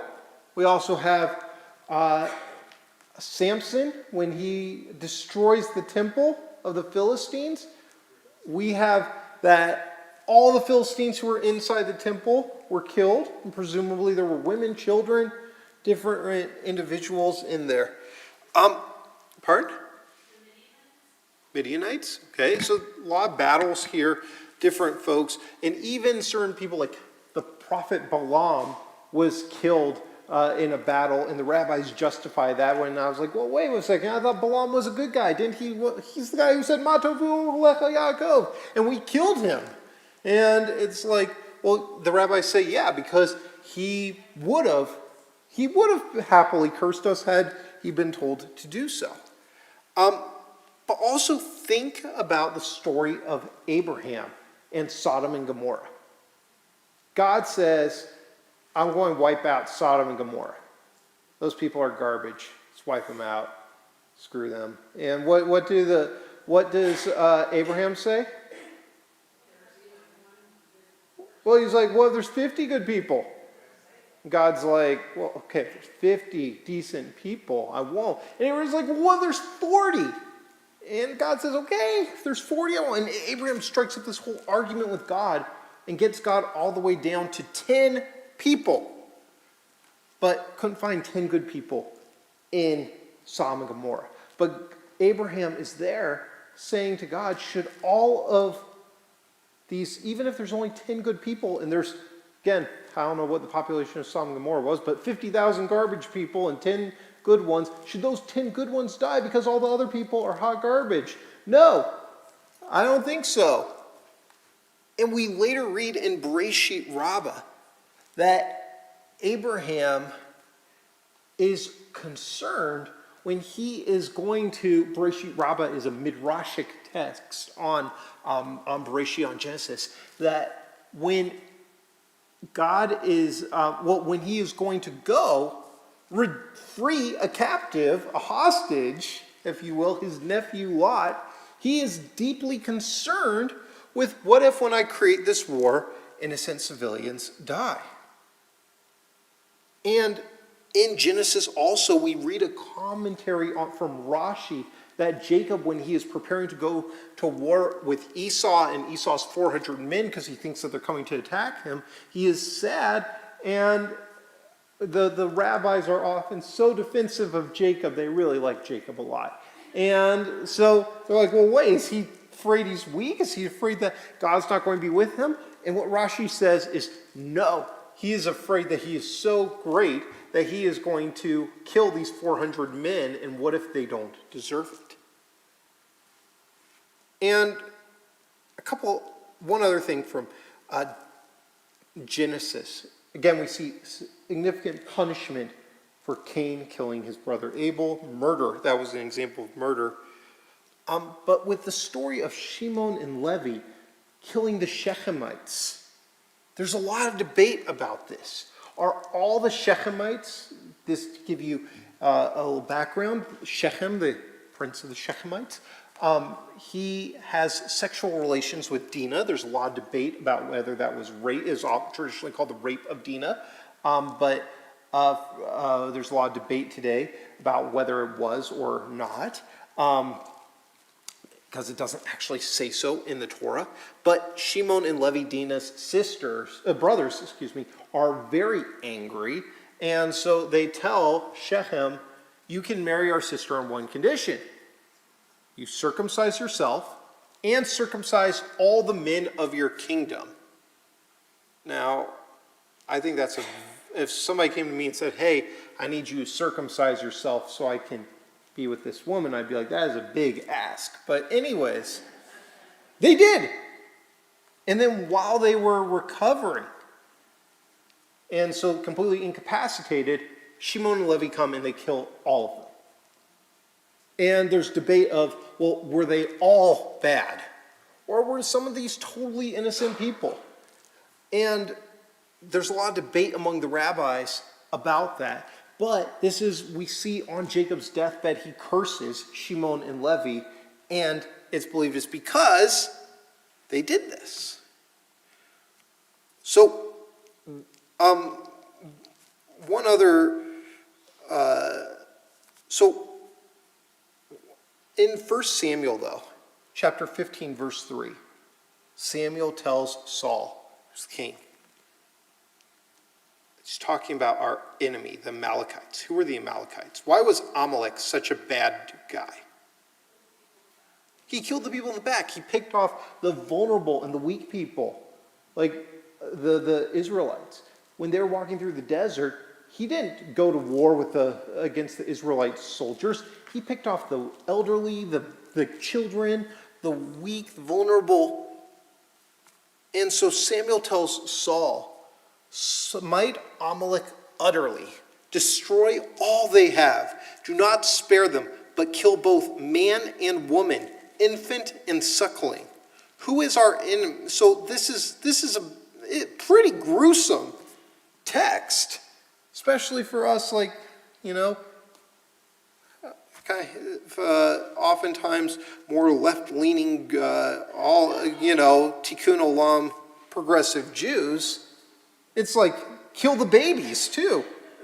This is brutal. And so it leads often to the question of, well, who is our enemy? Because what is the justification for Hamas for killing Israeli children? What justification do they give? Because that's so reprehensible. What? Yeah, they're going, okay, that's maybe a cute 5-year-old right now, but guess what? In 13 years, that 5-year-old is going to be a soldier. That's the justification that they give. And so it gives a question too, and I'll get into international law in a bit. But for us, for the Jewish people, or for, in our case today, the IDF, who is the enemy? Obviously, the Hamas militants. But, and I'm not making a case one way or another, I'm just giving food for thought. What some people say is that sometimes we see, like for instance, notably the head of Hamas, Ismail Haniyeh, recently 3 of his sons were killed in an Israeli airstrike. And when he was told this, he started clapping. And he said, this is wonderful. And we've seen other suicide bombers, terrorists, like even teenagers who blew themselves up during the Second Intifada, parents cheering and saying, I'm so proud of my child. I wish one parent even said, I have 7 other children, and I hope they all do the same thing. Is that parent then an enemy combatant? Or is this person a civilian? Is when, in some of these schools where they're teaching extremism, if they're not committing an act of violence, but they're teaching violent ideology, does that make that person an innocent civilian or an enemy combatant? And these are heavily debated things. So in Deuteronomy, though, chapter 20, verse 10, what we read is that we are supposed to try to prevent the killing of innocent civilians and prevent the killing of anyone, for that matter. Because it says in Deuteronomy chapter 20, verse 10, that before you can attack a town, you have to offer peace first. So, an example of this that I think about, and without getting into American politics and, what was justifiable, what wasn't, because I know this is a very touchy subject, but like I think back to the Afghanistan, U.S.-Afghan war, where President Bush gave the head of the Taliban 30 days, I think it was, to turn over Osama bin Laden. Said, you have 30 days to turn him over or else we attack. And we see actually something biblically rooted in that decision instead of just attacking. And just 3 verses later, it says, put all men to the sword, though. That Moses is commanding the people of Israel, put all the men to the sword. That's, again, sounds very harsh. But how do we define, in biblical terms here, in Torah terms, who that's referring to? Think about it. How many people in the Torah, what we just read last week in Parshat Bamidbar about the census, how many people were there? Exactly, Liz, perfect. So we don't know how many Israelites are there. I think I even heard Cantor Davis say, there were 600,000, but we don't know exactly because only men of fighting age, which were men who were between, I forget what it was, like age, 25 and 50 or whatever it was, were counted. And so perhaps this text is on one hand saying, kill every single male, or all people, or is it saying to kill the men of fighting age and leave the rest? But going back also to our tradition and thinking about this past week as well, what is the reason we take out some of our wine on Passover, since Rabbi Weisberg was talking about our Seder? Why do we take out some of our wine? It's like, I always see people, I'm like, I buy good stuff for my guests at my Seder, and here they are sticking their hands in it and dumping it out. What's up with that? It's kind of rude. Yeah, so idea is, how can we be fully joyful when others suffered for us to be able to have our freedom? That is a question that we ask. Because in order for us to attain our freedom from the exodus from Egypt, every firstborn Egyptian baby boy had to die, and those babies did nothing to deserve that. And you have to argue back and forth now, well, was it the right thing to do to kill them, so that it then enabled would we have ever been liberated had we had the firstborn Egyptian babies not been killed? We see these debates even in modern times as well. Was it the right thing to drop a bomb on Hiroshima and Nagasaki, killing a couple 100,000 Japanese civilians, if it meant the war was going to end? And I don't have an answer for you.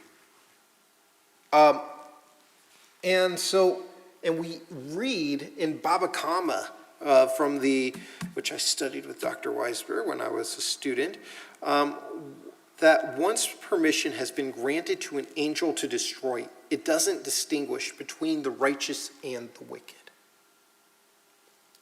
Now, talk to me about the Rodef, the pursuer. Yeah, Liz. Yeah.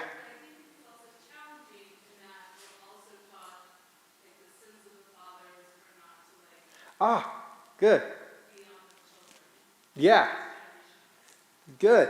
So that does, and by the way, us as Jews, we have been victims of that, because it explicitly says in the Christian Bible that Jesus' blood is on all of you, the Jews who were present, supposedly, and your descendants. And so this has led to the charge of deicide for Jews. Anna. You two related or something? Go.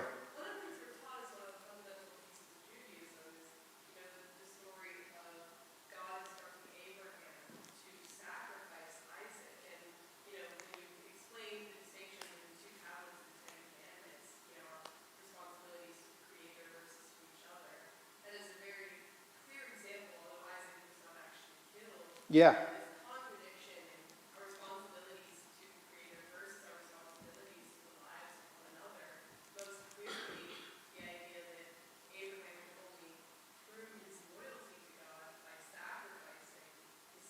A huge contradiction. And also, why didn't Abraham really, I'd be like, hey, Dad, didn't you just stand up for all those people in Sodom and Gomorrah? And you're like, okay.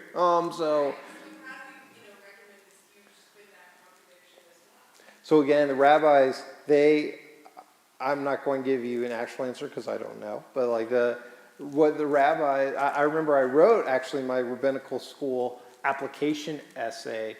I wrote about the Akedah and wrote about how horrific I found this. And I shared my essay with some of my friends, including some of my Orthodox friends, and one of them I remember was deeply offended by my essay because he said, well, don't you know, Abraham knew the whole time that he wasn't actually going to kill. This is what faith was. So I don't know what was in Abraham's head.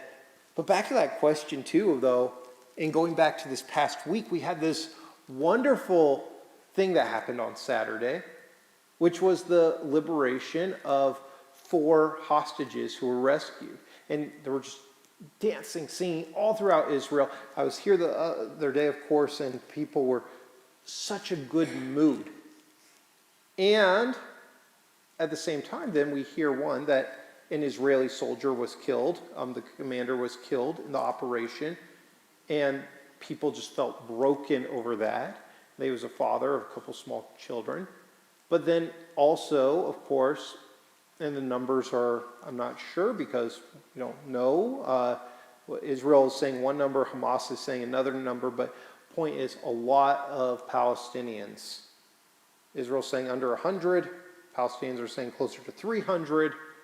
We don't know how many civilians, how many combatants were killed in this operation. And then we debate, are the lives of these 4 worth the lives of those 300 if we are going to look at the high end? And you can make different arguments about that.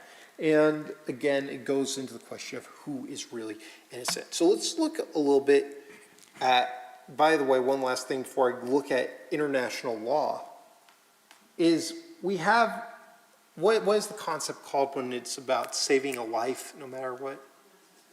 Good, pikuach nefesh, a number of you know that. Pikuach nefesh, we are supposed to save a life no matter what. And we even read in the Talmud that somebody, and this goes back to your point too about the descendants, taking one life is as if you've taken the world entire world, or if you save a life, it's as if you've saved an entire world.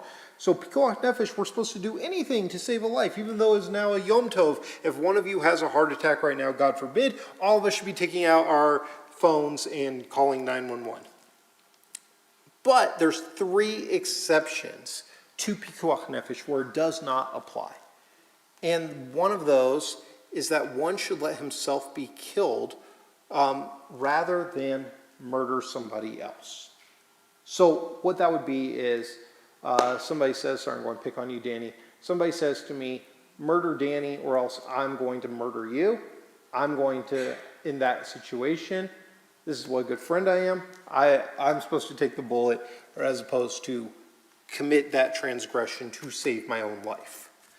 Versus like if somebody says, kill you, I'm going to kill you if you don't eat this bacon cheeseburger, I'm supposed to eat the bacon cheeseburger.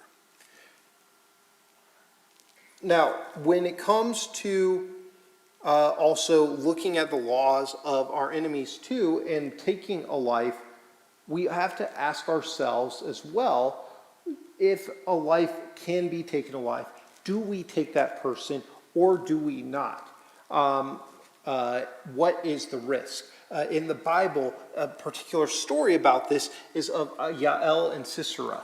If you remember Yael, what she did was, is Yael regarded as a good person or a bad person in our tradition? Good, great person, amazing person. Yael, so many people name their daughters after Yael. Who was Yael? So Sisera was an enemy general. He runs away from battle and he goes to Yael's tent and he falls asleep. Now Yael could have, potentially, we don't know, she could have alerted the Israelite army and said, guess what? The general is sleeping in my tent. Come get him. But what does she do instead? She takes a tent spike and drives it through his brain and kills him while he's asleep. And then we're like, way to go, Yael. So this is, after I told I officiated last year the wedding of one of my friends. His name was Ron, and his bride's name was Yael. And I told him that story the day of his wedding. He said, I'm not sleeping tonight. So anyways, he's like, why'd you tell me this? But I remember being in my year in Israel at HUC. While I was there, Osama bin Laden was killed. And I personally celebrated this as a great thing. I said, this man was a Rodef. We killed the Rodef. Goodbye, Rodef. And I was thrilled. My very liberal classmates, on the other hand, didn't see it that way. They said, essentially, our army murdered someone when maybe they could have taken him captive and taken him back to America and put him on trial. And I remember getting a fierce argument with them where they're like, who let you into this school? And I was like, too late, I'm already here. So, anyways, so these are the things that we debate. Now let's look a little bit at what international law has to say, and then and also what the IDF says. And I'll kind of wrap up with this. So in 1977, Protocol 1 was adopted as an amendment to the Geneva Conventions, prohibiting the deliberate or indiscriminate attack of civilians and civilian objects in international armed conflicts. The attacking force must take precautions and steps to spare the lives of civilians and civilian objects as possible. In summary, the IHL allows for the killing of civilians when it's militarily necessary, subject to the principles of distinction and proportionality. So with the rule of distinction, distinction demands that belligerents and fighters at all times distinguish between civilians and civilian objects on one hand, and combatants and military objectives on the other hand, so as to protect persons not taking part in the conflict. Oh, I'll get to that one next. But what's the challenge here with the current war that Israel's in? You can't, like, I don't know if y'all saw the videos of October 7th. These were not people coming over in military uniform. These were people coming over in Adidas and Nike shirts and things like this.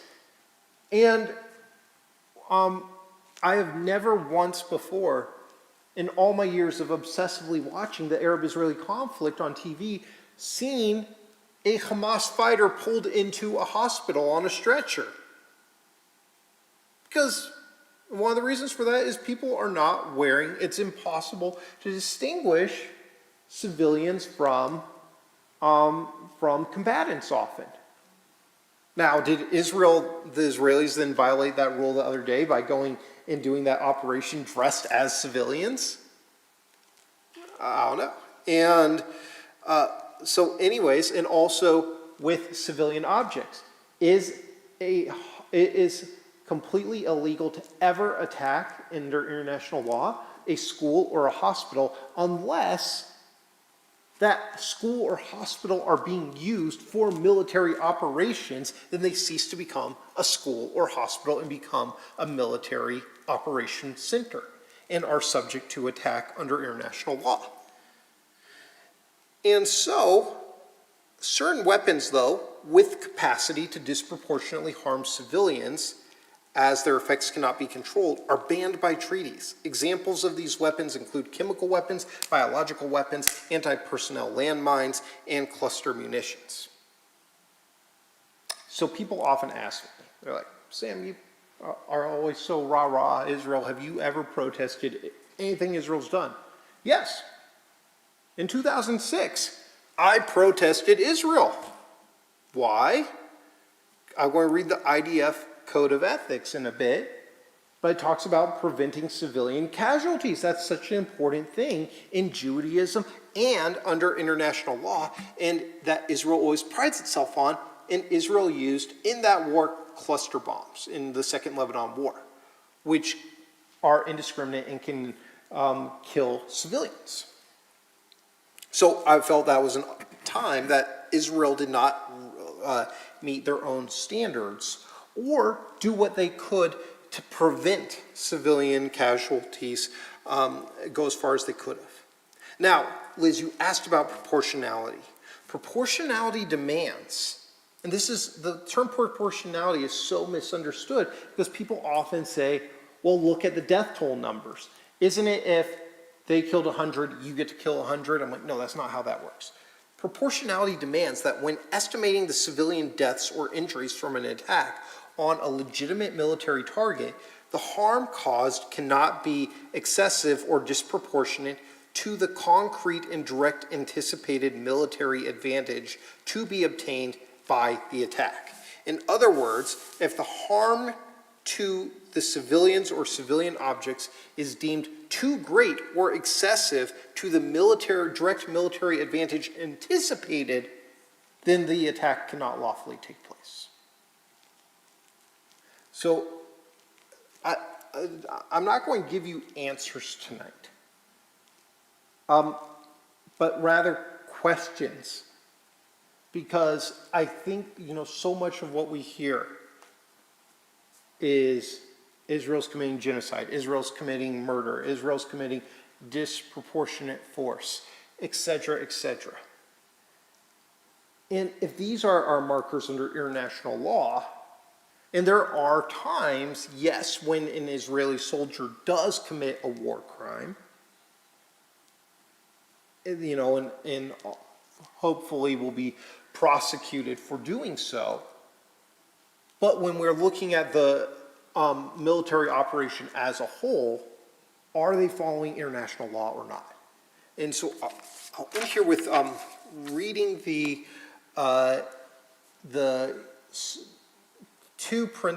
first two tenets of the 10 tenets of the IDF Code of Ethics. Number 1, human life. The IDF servicemen will, above all, preserve human life in the recognition of its supreme value and will place, sorry for the gender language, but will place himself or others at risk solely to the extent required to carry out his mission. The sanctity of life in the eyes of the IDF servicemen will find expression in all of their actions in deliberate and meticulous planning, in safe and intelligent training, and proper execution of their mission.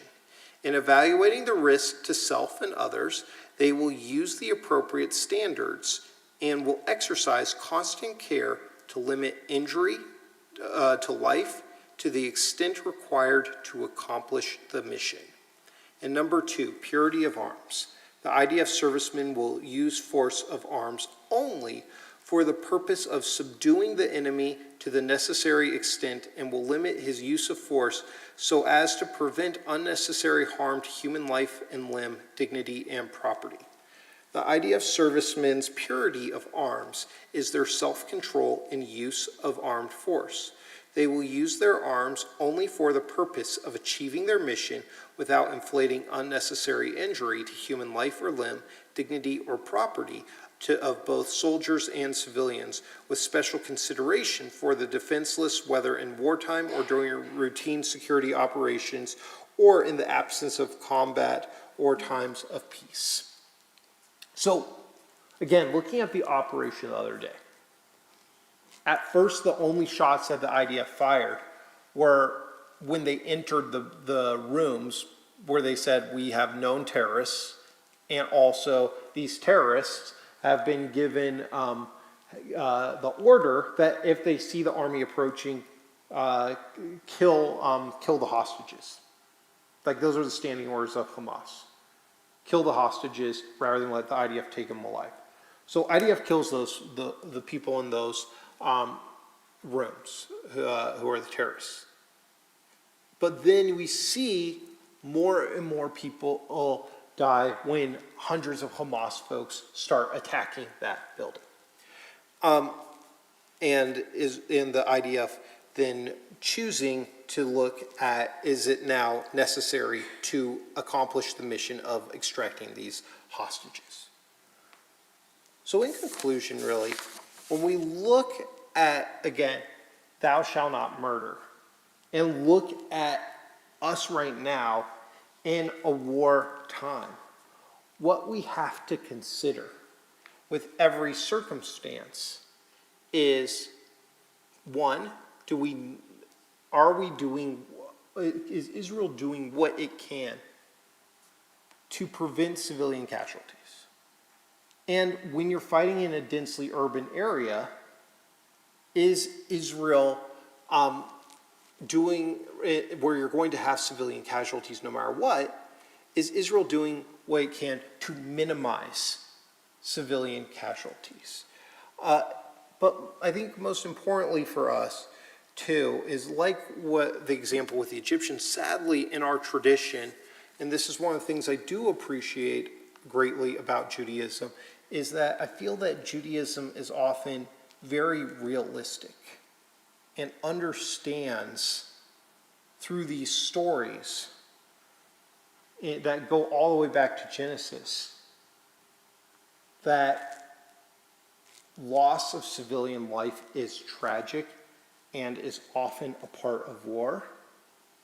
That when civilian casualties do occur, they need to be limited, but also as Jews, we have the moral obligation to feel sadness in those cases and to not let the innocent civilians' deaths for a mission to be accomplished that helps the Jewish people bring us joy or be forgotten, but rather pour out some of our joy for their suffering.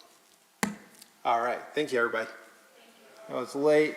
thank you you get rabbi points for staying so late. And hopefully I'll see you tomorrow.